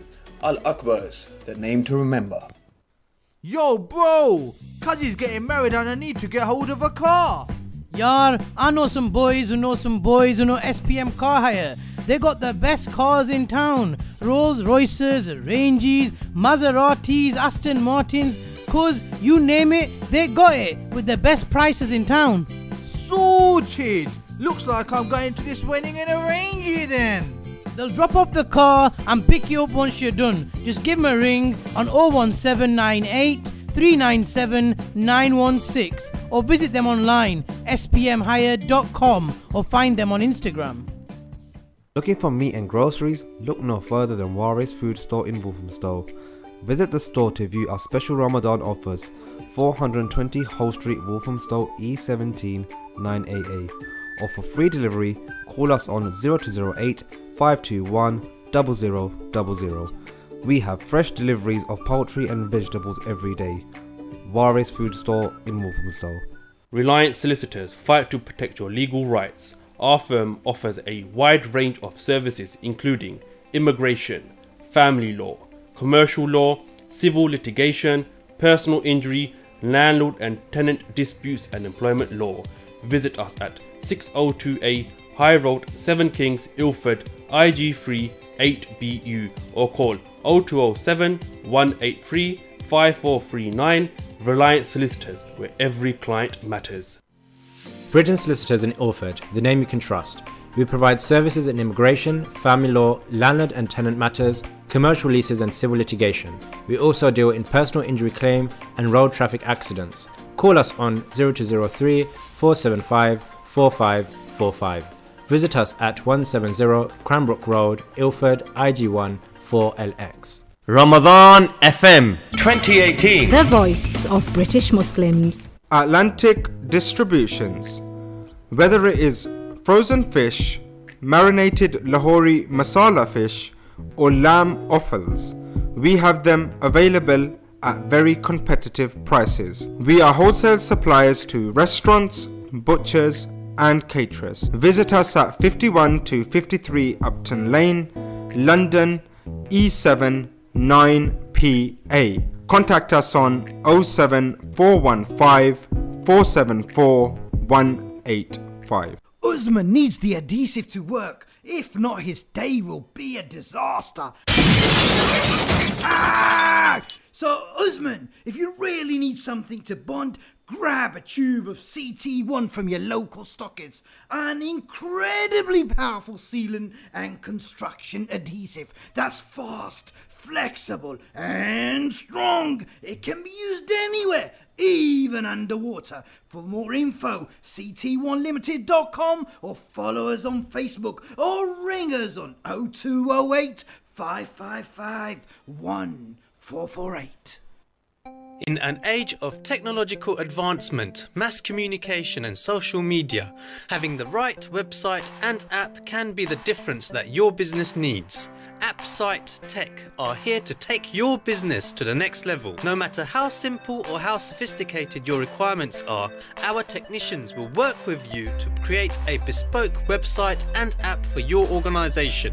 Call us now on 0753 808112 or visit appsitetech.co.uk and book your free consultation now. Amigos, the signature name when it comes to burgers and shakes. Our succulent burgers are prepared in front of you while you wait. Whether you go for the 6-ounce Mexican or the 10-ounce Texan, or you decide to go for our messy fries or buffalo wings, one thing you're guaranteed is quality. We've also got a range of desserts including our trademark shakes in all your favourite flavours. We're based at 400 Cranbrook Road in Gants Hill, so come down to dine in or order in on Uber Eats or Just Eat. Amigos, hats off to great burgers. Ramadan FM 2018. The voice of British Muslims. Hey, तैनू 20 बारी आके आता cricket ना खेलिया कर तो फिर window पंच हो रही है. Don't worry, Dad. Our windows need changing anyway. हाँ तो पैसे तू दे से ना. Nah, don't worry, Dad. UK Windows will sort it out. UK Window? Oh, कौन है ना? They're the best double glazing company about. They do windows, patios, French doors, sliding doors, UPVC, aluminium, you name it, they've got it. We can go see them at 51 to 53 Upton. For a free no obligation quotation, or visit our website www.maxwellestates.co.uk for further information. Maxwell Estates, the name you can trust. With over 25 years' experience in the East London area, there's no better firm to rely on than Cameron Adams Century 21 when it comes to properties. Be it lettings, property management or sales, we can assist you to ensure you get the most out of your property. Contact us on 0208 558 2000 for a free, no obligation valuation and watch us do what we do best. Grab your taste of luxury at Pink's Boutique. Designer brands like Hugo Boss and Armani to keep your style in check. Catering for ladies, men and kids, Pink's Boutique has it all under one roof. And we offer shipping worldwide. So get the look to fit your attitude. Visit us on our website at pinksboutique.co.uk. Remember, that's pnksboutique.co.uk. Assalamu alaikum wa rahmatullahi wa barakatuhu. You are listening to Ramadan FM. We're back after that break. We've been trying to get hold of Imam Zaid Shakir, who seems to be having some difficulty at the moment. But our producers are trying to basically make contact with him. But in the meantime, we want to just continue with the show because we were having such an interesting conversation. We just finished that conversation with George Foreman. But, you know, I want to come back to that particular conversation. Let's go back to what we were talking about Muhammad Ali. And now when we look at the name Muhammad Ali, even the text when it's written on someone's shirt, or it's become a brand, hasn't it? It's Muhammad Ali. That name, it's just so iconic when you look at it, Muhammad Ali. Whether it's written on, even if it's on a bag or on some sort of a sports clothing item, whatever, Muhammad Ali. It's sort of like it's bigger than Nike or it's bigger than, I don't know, whatever, Adidas. It's Muhammad Ali. It's a brand in itself. Yeah. And this name, he changed his name obviously when he converted to Islam, and he was very possessive over this name because Muhammad Ali was like, Which fight was it? I'm sure you're building up towards, aren't you? Yeah, exactly. That's exactly what I'm going to come to. I mean, he changed his name from Cassius Clay to Muhammad Ali. And when he was asked, why Muhammad Ali, what does it mean? He said, Muhammad means the most praised and Ali means the most high. And Muhammad sallallahu alaihi wasallam, that name, the name of the Prophet alayhi salatu wasalam, was the name that he adopted. And how ironic, he adopted the name Ali, the name of the Prophet sallallahu alaihi wasallam's son-in-law and the Prophet ﷺ's cousin as well. So, and what we were talking about is how possessive he was over that name, that whenever somebody referred to him as Cassius Clay, he would stop them in their tracks and correct them and say, you know what, don't call me Cassius Clay, because that's not my name, that's my slave name. You know, I want you to refer to me as Muhammad Ali. So when he was about to fight Ernie Terrell, you know, that was the fight that Muhammad Ali got known as for punishing someone in the ring. But what he done to Ernie Terrell in that ring, he made him. I'm gonna come to that. I just want everybody to watch this small clip, which was a press conference just before the Ernie Terrell Muhammad Ali fight. Watch this. Cassius Clay, yes. Why do you want to say Cassius Clay when Howard Cosell and everybody is calling you Muhammad Ali? Now why you got to be the one of all people whose color to keep saying Cassius Clay? Howard Cosell is not the one who's going to fight you. I am. You making it really hard on yourself now. Well, why don't you keep the thing in the sport angle? Why don't you call me my name, man? Well, what's your name? You told me your name was Cassius Clay a few years ago. I never told you my name was Cassius Clay. My name is Muhammad Ali, and you will announce it right there in the center of that ring after the fight if you don't do it now. For the benefit of this broadcast, him. All right? You just acting just like an old Uncle Tom. Another Floyd Patterson. I'm going to punish you. Let me tell you something, man. You ain't got no back off of me. Don't call me no Uncle Tom. That's what you are, Uncle Tom. Why are you going to call me Uncle Tom? I ain't do nothing. You heard me. Just back off of me. And so, ladies and gentlemen, as the two contestants prepare for battle right now, back off of me, man. Back off of me, man. Another interview has been recorded for posterity as the two gentlemen continue to promote the fight. Perfect, that's it.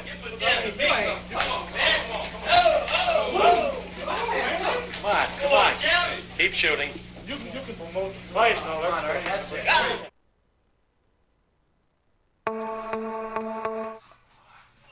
Well, guys, you just watched that clip. You know, he's telling Ernie Terrell, I want you to call me by my name. Ernie Terrell's refusing to basically call him by his name. And Muz, you should have seen literally what he did in this fight, because he's taking Ernie Terrell. He's dominated the fight from the beginning. Remember, Ernie Terrell was taller than him. He was bigger than him. He was a good fighter, this Ernie Terrell, you know, and Ali just made him look silly. He just made him look silly. He danced around him. He threw that left stinging jab and followed up with that right crosses all night long. And to the point where Ernie Terrell's about to fall, but you know what he does? He just backs off. No way. So he's not letting him fall. He backs off and he's saying, "What's my name? What's my name? What's my name?" Now, Ernie Terrell's got a different story. He's saying, "No, well, he didn't say that. I don't remember him saying that." But you can clearly say, he's going to say that now. All the headshots that he received during the fight, yeah, you can clearly see. And Muhammad Ali explains this, you know, after the fight. You know, what he says is he's asking him, "What's my name?" And Ernie Terrell saying, "Muhammad Ali, Muhammad Ali, your name's Muhammad Ali," because he just literally had enough of the shots. But Ali wasn't letting him go down, and that fight was classed. Muhammad Ali was, you know, classed as, you know, that was a cruel side of Muhammad Ali, that he could have finished him off. And we know that Muhammad Ali put people in these kind of positions so many times, where he had basically been fighting someone, he's about to knock them out, and he slows down and he's asking for the referee to intervene. That, look, it's easy now. I can knock this guy out. One more punch and he'll be on the ground. But he doesn't want to do it because of his, you know, he doesn't want someone to get hurt. And he says it again and again. He goes, when I knew that the guy had had enough, he goes, I was looking at the referee, calling them in, saying, "Come on, ref, stop the fight."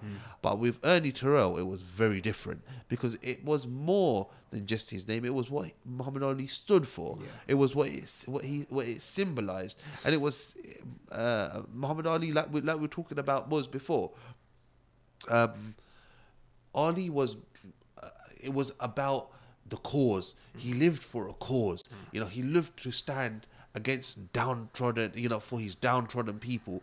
And to do that, you know, in an age where, you know, black people were oppressed and there was violence against black people, not from just other far-right extremists, but from the state itself, you know, from state police, from all of this kind of, you know, all of these institutions were attacking black people. So for Muhammad Ali to stand up in that sort of era, you know, it must have been amazing. I mean, that must have surely motivated him, isn't it? To go, because obviously you're seeing all this oppression happening as you're growing up, all these struggles that are happening going up. Do you think that boxing was? It was just a tool to get the message out there. But I mean, would you feel that as a young age you could see that, okay, you know what, through boxing I'll try to make a big difference? We had, you know, the racers when they won the gold medals, you know, in order to signify the struggles of black ethnic minorities. They raised their hands when they ignored the anthem, and they raised their hands up as a mark of, you know, disgust. And in terms of Ali, a young age, do you think this was something that it was engrossed into him to make it happen? Well, look, obviously, from a very young age. Remember, Ali. Ali converted to Islam when he was in his early 20s. He was about 20 years old. So he was. Just think about it now. You're 20 years old. Just think about it. People that are our age, like sort of like mid 30s. You know, think about a 20-year-old kid. You're mid 30s, yeah. You're. How old are you? 33. Mid 30s, bro. Mid 30s, man. Not quite. No, you're mid 30s, man. What's it called? You're not early 30s, isn't it? You got to round it off to borderline. You got to round it off to the nearest 5, innit? You know, accountant sub. But round down. Yeah, yeah. But if you just think about it, as a 20-year-old kid, you know, to basically come and say, you know what, this is my ideology. This is what I believe. You know, for a 20-year-old kid to say that, it's really something. And remember, he was having interviews at that time with people that are 50, you know, and he's 20 years old. And you see how he's holding himself, you know, holding his ground. The confidence is there from the age of 20. So you can imagine when he's sort of like 35. You know, when he's happening. He's absolutely. It was absolutely. Isha, what I want to question you about is that I know Ali, especially as soon as after his boxing, he traveled the world, whether it was charitable causes, whether it was meeting different scholars and so on. One particular thing I think it would be only just if we talk about it is that he went to Lahore and he went to Minhajul Quran's headquarters. That's right. Tell us about that, man. What was that about? Well, you know what? Obviously, he spent the day at Minhajul Quran International Headquarters in Lahore, and he went to visit Shaykh al-Islam, Dr. Muhammad Tahir al-Qadri. And not only did he just visit the organization and saw everything that Minhajul Quran is doing, but he was so inspired by this, he actually became a member of the organization. He actually said, I want to, and that's a big thing for Muhammad Ali to take membership of Minhajul Quran International. It just basically just goes to show that this guy had his head screwed on. You know, he wasn't from, you know, and then he became he gave bay'ah to the Naqshbandi Tariqah to Sheikh Nazim. So, you know, he was a Sufi as well. I was going to say, he was a lot Sufi orientated as well, right? He was because I think he got a lot from spirituality. Big time. You know, just having that moment. You know, I mean, you could see he was a deep thinker and just, you know, being diagnosed with the Parkinson's and him seeing it as a blessing for him to have that illness and saying that, look, this is God's way to quieten me down. So yeah, to have that illness and then to be able to suffer from that illness, but then accept it and saying, look, this is Allah's work, you know. Subhanallah, man, it just shows that. And you know what? We can't end the show without talking about Muhammad Ali's humor. What a funny guy, yeah. We spoke about George Foreman, and George Foreman is undoubtedly one funny. Stitches. You know, he had the stitches. And I didn't know that about George Foreman. Yeah, I actually, you know, you see the clips of him, and all you see is that iconic picture of him with that was it punch bag and causing dents in it. That's just that motion, and you think that's it. But then to see George Foreman as a full-fledged joker and a comedian was unbelievable. Yeah, and you know what? But when it comes to being a comedian, we know Ali was something else. Ali was just he's instantaneous thinking. Split second thinking. When he used to give responses, punchlines, and basically, I remember he basically annihilated people like Parkinson's, not the disease Parkinson's, by the anchor, the BBC TV presenter, and Parkinson's is no. He's no pushover. He's no pushover, And he says himself that, you know what, I hated Muhammad Ali when I first met him, but he grew to not just like him, but he ended up loving Muhammad Ali. But we want to just share this with the audience, guys. Just have a look at this, and for those people who don't know too much about Muhammad Ali. Before you go to the clips, come on, man, Ish. Someone as biggest fan as you, it would only be fair that, bro, you need to give us some lines, man. You need to give us some Ali lines. And you know what, guys? Whoever's listening on Facebook Live now as well, send in your lines as well. And we will read them out as well. So, Ish, come on, man. Give me some few lines, bro. Muhammad Ali floats like a butterfly, stings like a bee. Come on, man. Yeah. You know what? We're going to come to the lines. But you know what? We're not going to... You know what, actually? That other clip what I was talking to about what's it called? The Muhammad Ali's funny moments. I think we're gonna save that one because... There's something which we've been talking about quite a lot during the show, and that's related to Ali's speed. You know what? We can't. I was just thinking about sharing with you guys Ali's funny moments, but you know what? Ali's speed in the ring. That for me is just like I still cannot believe. Muz, seriously, when I watched the Joshua Klitschko fight recently, I was basically. You know what? That's something that any heavyweight fight that I watch now, I can't live without basically going back and just putting on some Ali. That's so traditional with you, isn't it? You always do that. Yeah. You know what? I can't. Straight away, Ali, and that's it. Yeah. You know what? Because it just goes to show you, everybody's cheering on these guys, and you know what? Undoubtedly, all these fighters are amazing athletes. But when you just put Ali on. He's just in a league of his own. Without a doubt. I mean, you look at Joshua and you think, what a peak physical condition. What a specimen when someone looks at Joshua and says, wow, look at this guy. And his training's intense. The technology, he has all the team that's behind him. God knows what Ali had. He just had his famous trainer, right? Apart from that, what else would he have? Exactly. And apart from that, he didn't have anything. A proper raw gym. Whereas, Exactly. And whereas someone like Joshua has it all. And yet you saw him in the 6th, 7th round against... Klitschko, he was taking, he couldn't handle it no more. Right. He had to get amazing willpower to come back and fight again. Whereas Ali is casually skipping through 15 rounds. He just made it look so easy. So guys, I just want you to watch this and give me your comments. I want to see what your comments have to say. But guys, let's go to this clip and have a look at what Ali's speed was actually like.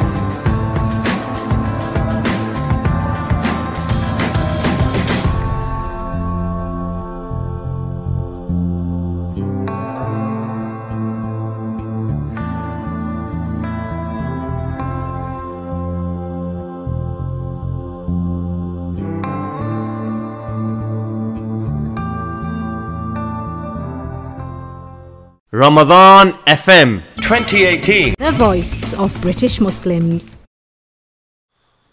Ammani amma garera.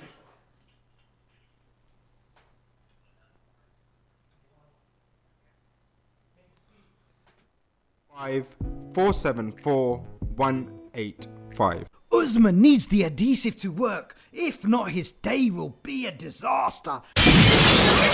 Ah! So, Usman, if you really need something to bond, grab a tube of CT1 from your local stockist. An incredibly powerful sealant and construction adhesive that's fast, flexible, and strong. It can be used anywhere, even underwater. For more info, ct1limited.com or follow us on Facebook or ring us on 0208 555 1448.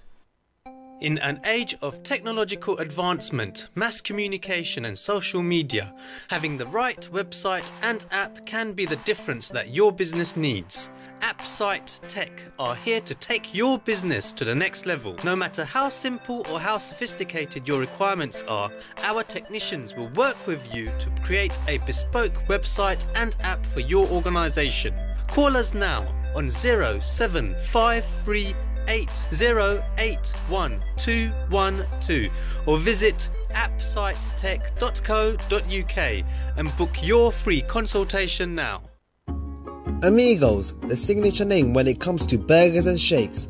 Our succulent burgers are prepared in front of you while you wait. Whether you go for the 6-ounce Mexican or the 10-ounce Texan, or you decide to go for our messy fries or buffalo wings, one thing you're guaranteed is quality. We've also got a range of desserts including our trademark shakes in all your favourite flavours. We're based at 400 Cranbrook Road in Gants Hill, so come down to dine in or order in on Uber Eats or Just Eat. Amigos, hats off to great burgers. Ramadan FM 2018. The voice of British Muslims. Hey, तैनू 20 बारी आके आता cricket ना खेलिया कर तो फिर window पंच हो रही है. Don't worry, Dad. Our windows need changing anyway. हाँ तो पैसे तू दे से ना. Nah, don't worry, Dad. UK Windows will sort it out. UK Window? Oh, कौन है ना? They're the best double glazing company about. They do windows, patios, French doors, sliding doors, UPVC, aluminium, you name it, they've got it. We can go see them at 51 to 53 Upton Lane, Forest Gate E79PA, or call them at 07984 440 093 or visit ukwindowslondon.co.uk. वाह जी वाह, ये तो कमाल है यार. UK Windows Zindabad. Thinking about selling or letting your home? With Maxwell Estates, you don't need to look any further. Well established with over 15 years of experience, Maxwell Estates are specialists in residential sales and lettings. We manage over 200 properties in and around Northwest London, keeping our landlords and tenants updated with all the latest laws and legislations. Based in Edgware, our experienced specialist negotiators always ensure we maximise the full potential of your property. Call us now on 0208 952 0808 for a free no obligation quotation, or visit our website www.maxwellestates.co.uk for further information.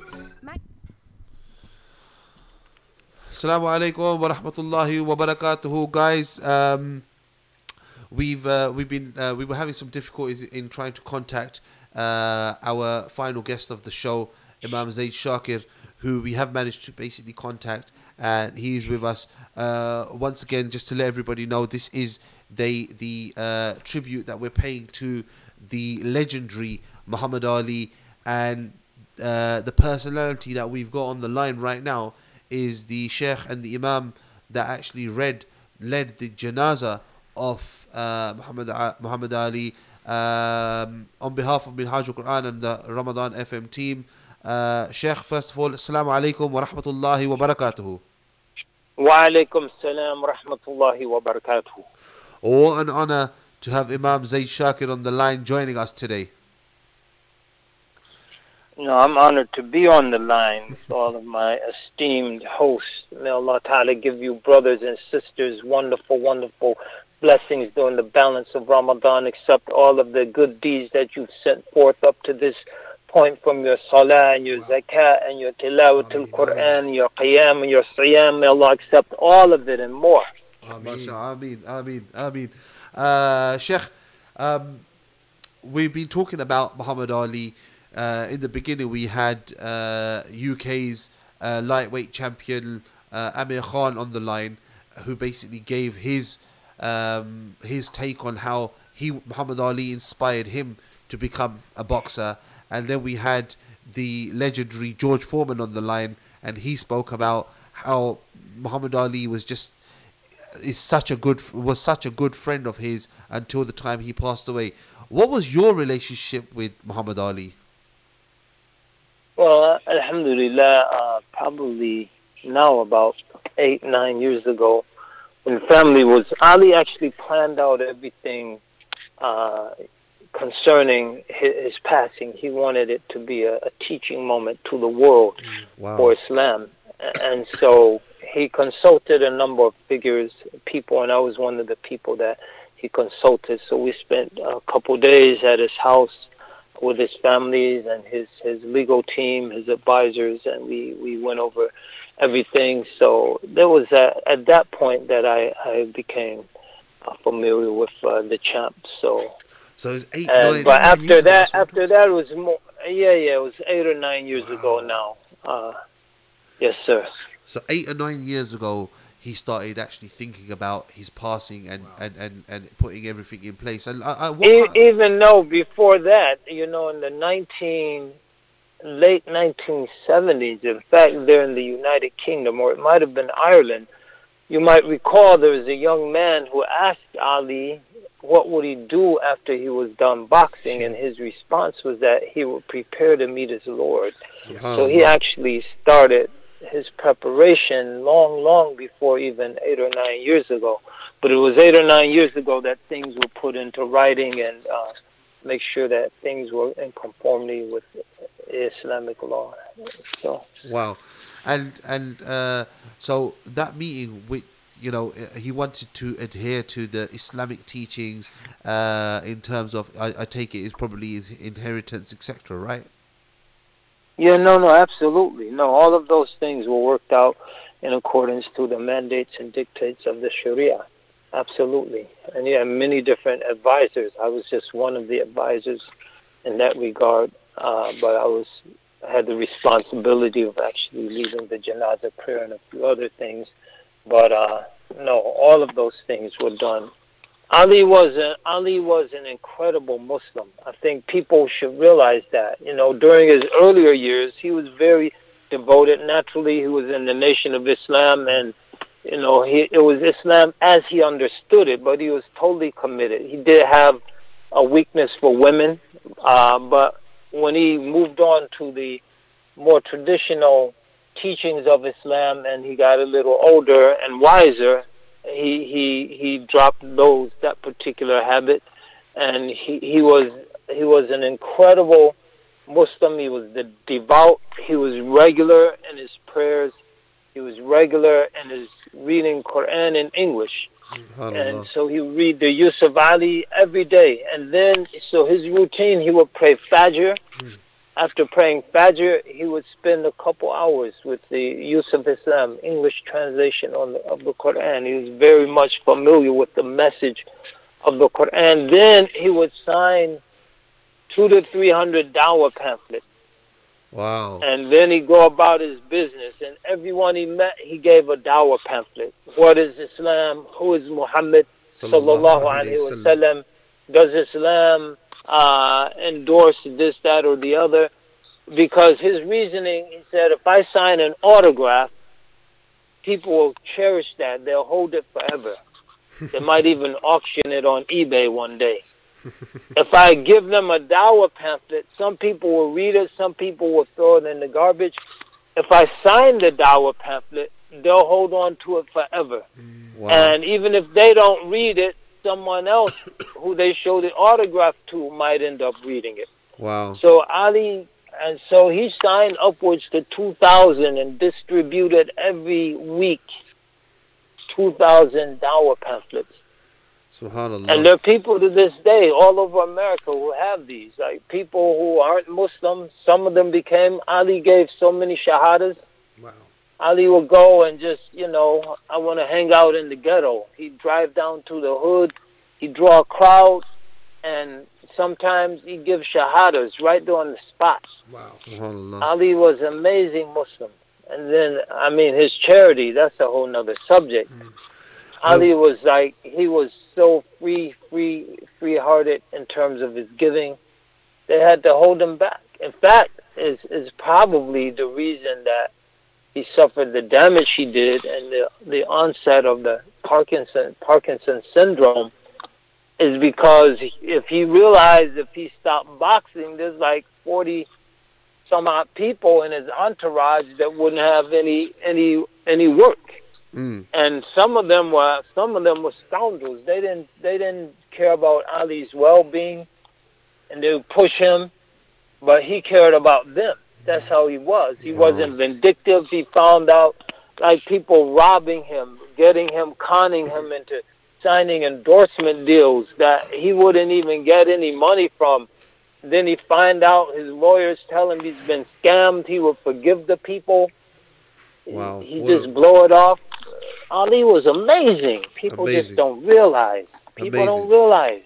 And you know what they do realize, just what comes, to the surface. That's what they see. But Ali, someone said to me that there's some people that are beautiful when you look at them from a distance, but the closer you get to them, you'll start seeing the weaknesses, you'll start seeing the cracks, you'll start seeing the flaws. But Ali was certainly someone that the closer you got to him, the more of the beauty you saw. But Imam, I want to ask you, in terms of today, everybody basically claims that we are Ali's fans. We love Ali. We stand for Ali. Everybody's taking ownership of Ali. Back then, it was very different. Ali was a rebel. Ali was a terrorist. Ali was an extremist. Ali was a fundamentalist. Ali was problematic. How is the change right from being out? And we're not talking about centuries ago. We're talking about 50 years ago, in sort of like lifetimes of people that are living today. Yeah, I think, see, that's the beauty of great figures. Like, you could say what you just said about Muhammad Ali, you could have said about Malcolm X, you could have said it about Dr. King. The beauty of great people is that their lives are so rich. There's a peace that everyone can legitimately claim. Because as you said, Ali was all of that. But Ali was also, and Ali was loud and boisterous and bombastic, and sometimes he was like unmerciful with oppressors in terms of this unleashing a barrage of truth that would push the oppressor into a corner as if he would be pummeled. He was being pummeled by Ali's fist. But Ali was also quiet at the end of his life. Ali was, even before his speech was diminished by the Parkinson's, even in Ali's private moments, he was very contemplative. Like, there was a public persona, and then there was the private personality. And so even away from the crowds, Ali could be very introspective, very reflective. But when he finally lost his voice, and Allah Ta'ala brought out a different aspect that appealed to an entirely different demographic. So the early Ali, if you will, the let's say, pre-1980, 1975 Ali. Yeah. Ali was fierce. Ali was a champion for the truth. Ali was unrelenting in his defense of Islam. Ali said, and I think it's very important for us in these days and times where so many people some people are literally abandoning their faith because of fear.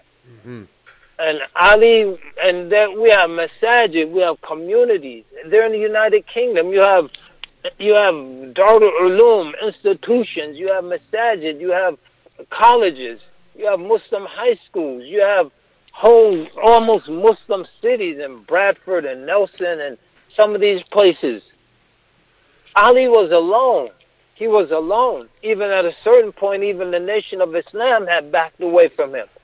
Ali was alone, and despite being alone, he said that I will never give up Islam, even if you put me before a firing squad, even if you kill me. And so that kind of courage should be an inspiration for people today. But Ali was all, yeah, go ahead. Yeah, I was going to ask you, Sheikh, you know, your words are so inspiring.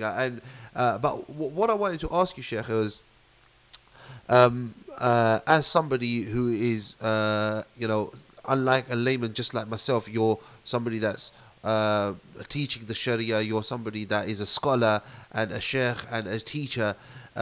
What do you think the wisdom was, you know, and how can you relate this to the Quran, that when Ali finished boxing, he was silenced?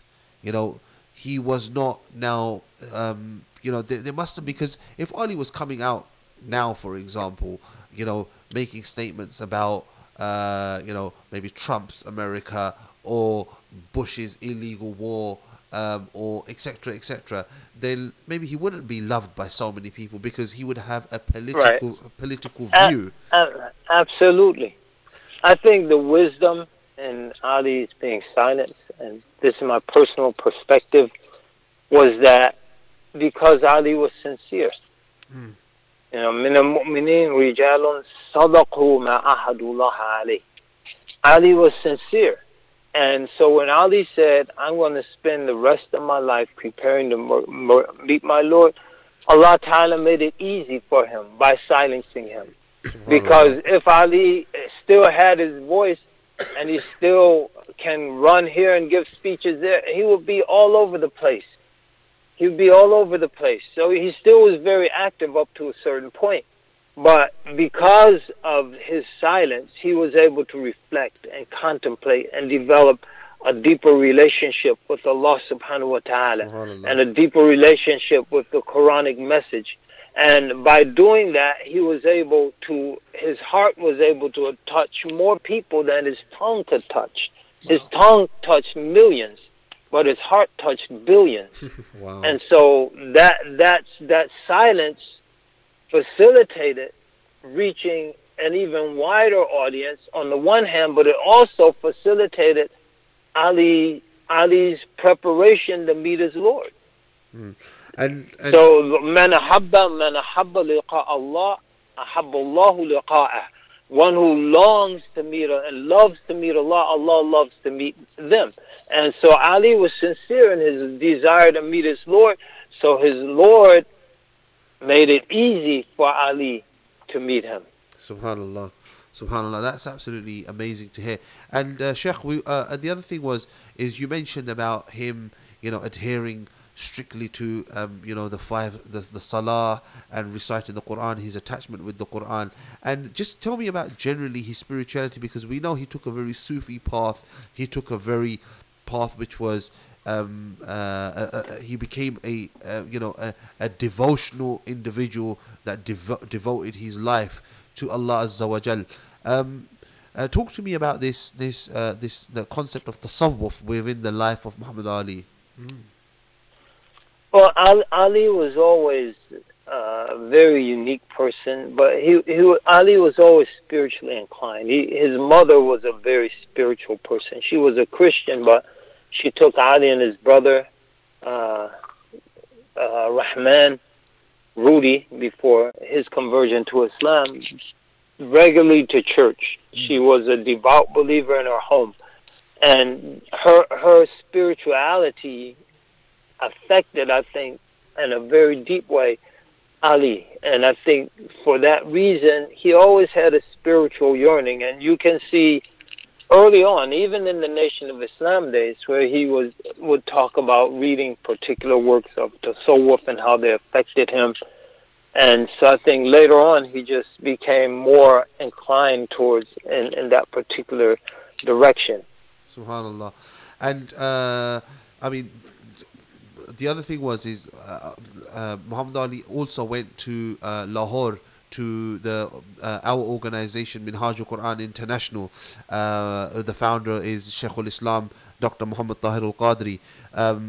Muhammad Ali went to actually visit him in Lahore and spent the whole day with him, and actually became a member of Minhaj al-Quran International as well. So that's why we know that Muhammad Ali was definitely on that path of tasawwuf, and he was very motivated by tariqah and the finding the spiritual balance within his life, and that's the reason why I asked you that question. But Imam, what is the now, as a Muslim today, Muhammad Ali symbolizes a lot. How can we, the youth today, use the name of Muhammad Ali to basically give the message of Islam, to and to correct themselves and try to adhere to Islam? How can we use this monumental figure that lived, in our era, in today's day and age, in modern age, to basically benefit ourselves and benefit the ummah? Right, that's an excellent question. I think number one, youth like Ali should be actively involved in sports. So not everyone's going to become a Muhammad Ali or an Amir Khan, but to be physically fit and then to use that energy of youth in a focused way.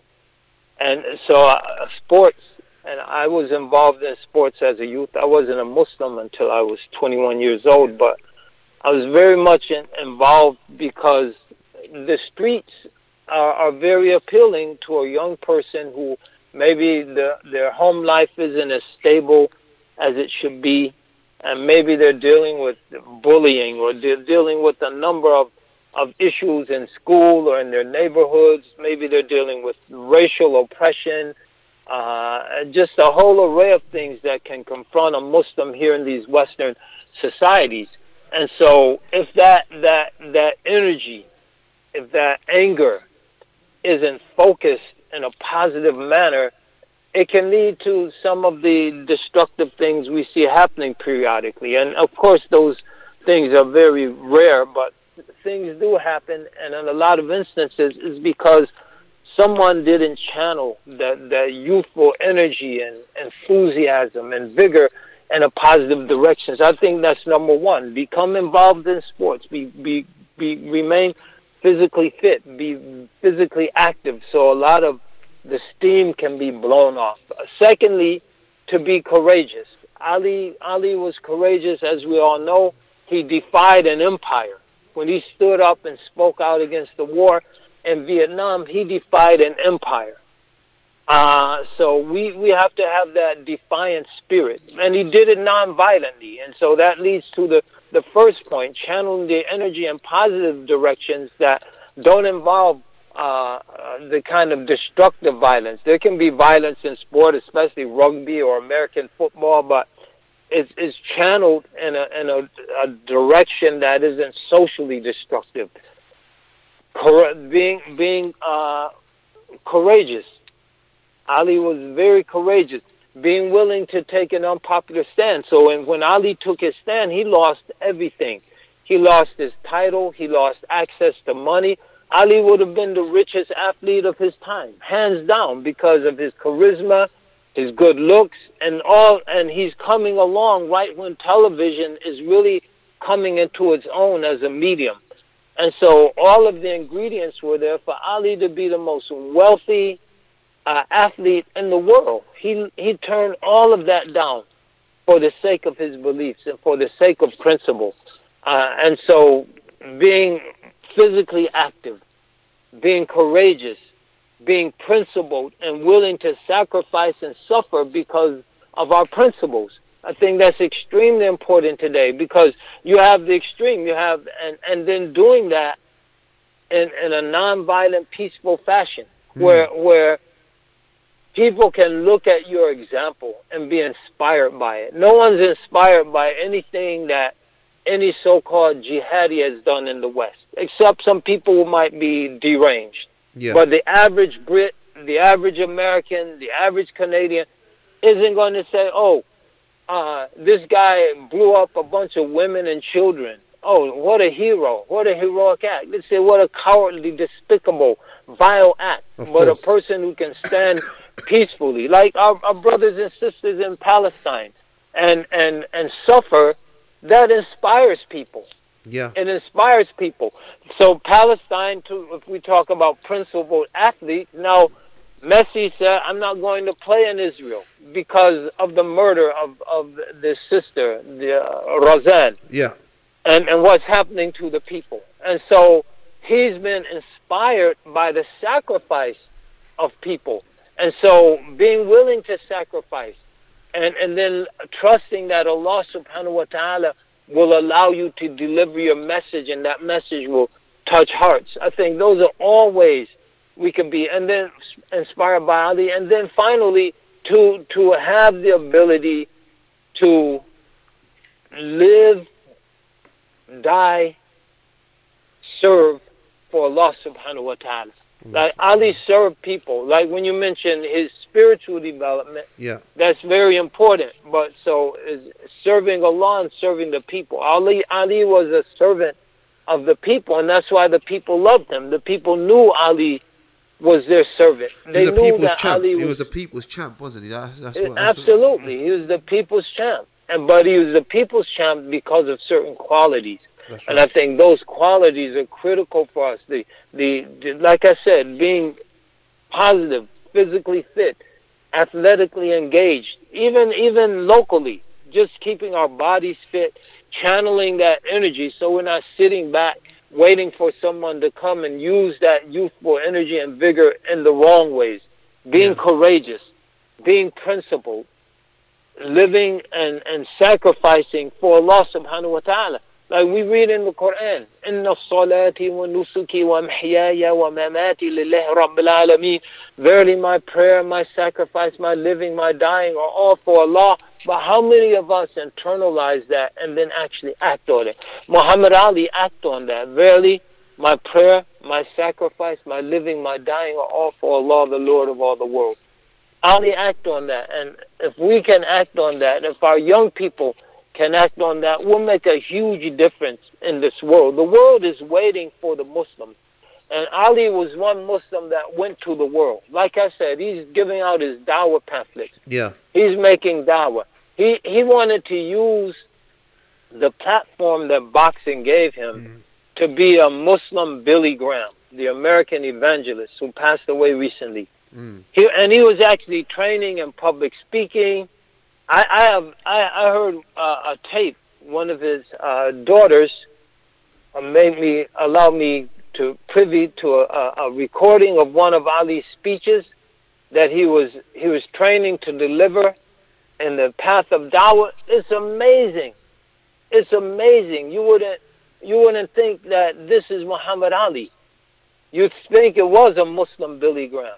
Wow. Unfortunately, I'm not privy to share that, but. So Ali wanted to serve the people. He wanted to call people to Islam, and he was always doing that. Ali was a person who would risk his life to save his fellow man. I'm sure you've seen the picture or familiar with the incident where Ali goes out on a ledge in a building to talk a man who's contemplating suicide. Yeah, and those things were constantly. Ali was constantly doing that kind of thing. Yeah. It's just an amazing person. And I think so just having that ethic of service, like as a young person, not wanting to be served. Yeah. Unfortunately, many times in our day and time, far too many people want to be served, and not enough people want to serve. Ali wanted to serve. He wasn't a person who wanted to be served. He didn't have bodyguards, even though he was probably the most, as you said, at one time one of the most hated men in America. Yeah. And when Americans hate you, they get violent. Yeah. As is the case of Dr. King or the case of John F. Kennedy or Malcolm X or Robert Kennedy or Medgar Evers, all of these major political figures who were assassinated, the hatred for Ali was more intense. Yeah. Because of the way he said things in an uncompromising fashion, who he represented as a heavyweight champion of the world. He was supposed to be a good old boy just go out and do endorsements and shut up, endorse our war, go and box some exhibitions for the troops. And he wouldn't do that. And that made him one of the most hated people in the United States of America. Despite that, he had no bodyguard. He said, Allah is my bodyguard. Subhanallah. And you know, so having that trust in Allah subhanahu wa ta'ala. Subhanallah. And you know what, Sheikh? After the 9/11 attacks, Muhammad Ali came out with Will Smith, and he gave that very emotional talk where he said that Islam has got nothing to do with terrorism. Islam has got nothing to do with violence. Islam, and you know what? It's different. I mean, we say that all the time whenever we meet our peers, whenever we go to work, whenever we meet people, you know, on the street, whenever we talk to people about Islam, we're always giving that clarification that Islam has got nothing to do with violence. Islam has got nothing to do with extremism. Islam is a peaceful religion, etc. But for that to come at that time from a personality like Muhammad Ali, it must have sent shockwaves across the entire globe, because you're right, his words were taken from him, but when he spoke those very few words, they were the words of peace. And how effective do you think that actually was, his speech, when he made that statement? Of course, those words were tremendously effective, and I think that's one of the reasons like those 9/11 events that happened in the United States, but you didn't see a severe backlash. There were, in fact, more Sikhs were killed than Muslims. You had 2 or 3 Sikhs, but in a country of 300 million people, that's not a terrible amount. One person innocently killed, of course, as the Quran teaches us, is like killing all of humanity. But under the circumstances and the charged environment, to have someone like Muhammad Ali come out, that had a calming effect. But his words have power, and I think this is a very important point. His words had power when he said Muslims are not about reckless violence.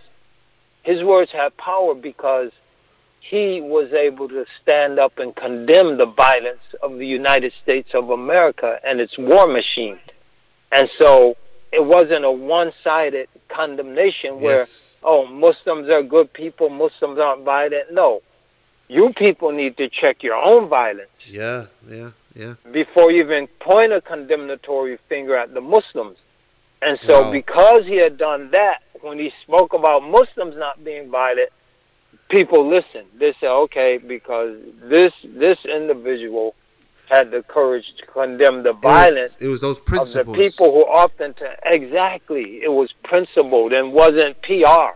Yeah. It was PRINCIPLED, and not just playing PR with nothing after it. Yeah. You know what, Sheikh? Thank you very much for joining us. And before you go, I would like to take this opportunity to request for you to recite the Fatiha on our beloved brother Muhammad Ali, and make dua for us as well. So if we can ask you to do that, that would be great. Sheikh, before you do so, I've just been listening to your amazing words, and Alhamdulillah, it's been truly an honor to sit here alongside Ish Seti, to listening to your words. Just a quick question a lot of listeners are asking: Are you due in UK anytime soon? You know, unfortunately, since we've been involved with the Zaytuna College project, it's such a major, massive undertaking with really understaffed, underfinanced, and so there's so much to do. It's very difficult to travel internationally, but inshallah ta'ala, the first opportunity I get, I will definitely be coming through the United Kingdom. I have a lot of very special and dear friends there, both in Britain, Wales, and in Scotland.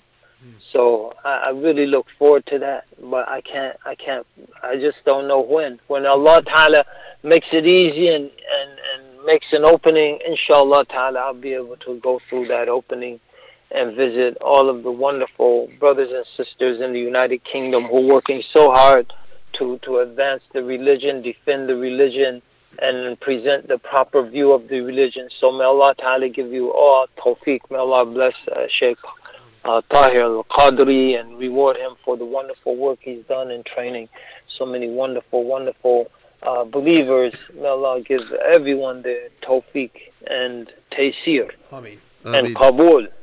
Ameen. Sheikh, if we can have that final Fatiha from you and your final dua, and inshallah then we can go towards closing the show. أعوذ بالله من الشيطان الرجيم بسم الله الرحمن الرحيم الحمد لله رب العالمين الرحمن الرحيم مالك يوم الدين إياك نعبد وإياك نستعين اهدنا الصراط المستقيم صراط الذين أنعمت عليهم غير المغضوب عليهم ولا الضالين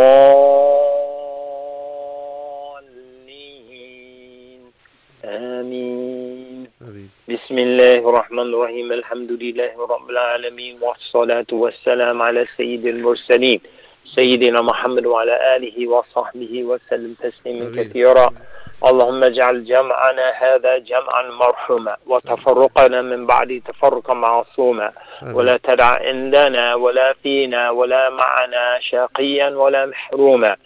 اللهم تقبل منا ما قدمنا إليك في شهرك رمضان في شهرك المعظم رمضان من الصلاة والصيام والقيام وتلاوة القرآن فتقبل ذلك منا يا الله بارك لنا فيما بقي من رمضان يا الله بارك لنا فيما بقي من رمضان. اللهم بارك لنا فيما بقي من رمضان وبلغنا جميعا ليلة القدر يا الله وردنا من تلك الليلة يا الله سالمين غانمين فائزين. أنت مولانا فانصرنا على القوم الكافرين. سبحان ربك رب العزة عما يصفون وسلام على المرسلين والحمد لله رب العالمين وصلى الله على سيدنا محمد وعلى آله وصحبه وسلم. Shukran Jazeeran. Thank you very much, Sheikh, for taking time out of your busy schedule to join us. And on behalf of Minhajul Quran International and on behalf of the team here at Ramadan FM 2018, we thank you. And when you do come to UK, we definitely want you to pay us a visit. Inshallah. Barakallah feekum. Look forward to that. And may Allah reward all of the brothers and sisters. Give you all a great ajr, great thawab for the incredible service that you're doing for the believers there. In fact, internationally, may Allah accept that of you and increase you in that good, increase you in every good, and don't diminish you in any way that involves goodness. وصلى الله على سيدنا محمد وعلى آله وصحبه وسلم. السلام عليكم ورحمة الله وبركاته. وعليكم السلام ورحمة الله وبركاته. Wow. Imam Zaid Shakir there, guys. Now, he himself is an amazing personality. Guys, we overran the show slightly, quite a bit actually, because we were having some technical issues in terms of trying to get hold of Imam Zaid Shakir. But you know what? What a tribute it's been. Wow, once again, you have smashed it, bro. You have How they smash it? These guys, these guests are... For you to host this kind of show, truly amazing and truly inspirational. Yes, we went over time, but truly worth it, bro. Amazing. Amazing. Just listen to these people, give their tributes, give their messages. True blessing, man. True blessing, mashallah. I want to basically just call out once again, everybody, guys. You guys know the campaign we're running. £50,000 we're trying to raise. We're looking for 500 people to come forward to donate £100 each. Please be one of those 500 people. Give the donation hotline a call. The methods of donating are, they're all on our Facebook page. They are on our website. So visit our website. You can call the hotline, but please, guys, please make that donation and please spread the message. Until next time, guys, there will be a challenge. As everyone knows, there will be another challenge coming. So make sure you keep updated on Facebook on Ramadan FM 2018. There will be a challenge announced soon. Make sure you're scared. It's not gonna be. It's not involving me, bro. You never know. I am You leaving never the know. country officially after this show. From tonight. Yeah, and I'm coming back after Eid. So until then, bro. But you know what?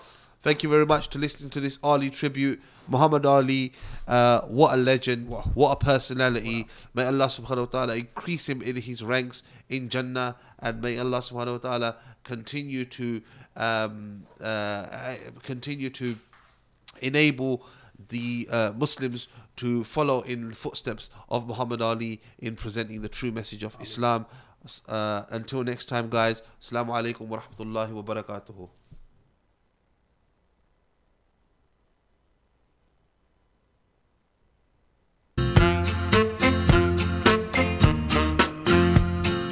This here's the story of Cassius Clay, who changed his name to Muhammad Ali. He knows how to talk and he knows how to fight, and all the contenders were beat out of sight. Sing Muhammad, Muhammad Ali. He floats like a butterfly, stings like a bee. Muhammad, the black Superman, who calls to the other guy Ali.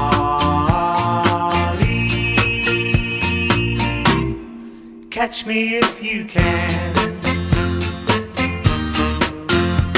Now all you fight fans, you've got to agree, there ain't no flies on Muhammad Ali. He fills the arena wherever he goes, and everyone gets what they pay for. Muhammad was known to have said, you watch me shuffle and I jab off your head. He moves like the black Superman and calls to the other guy Ali.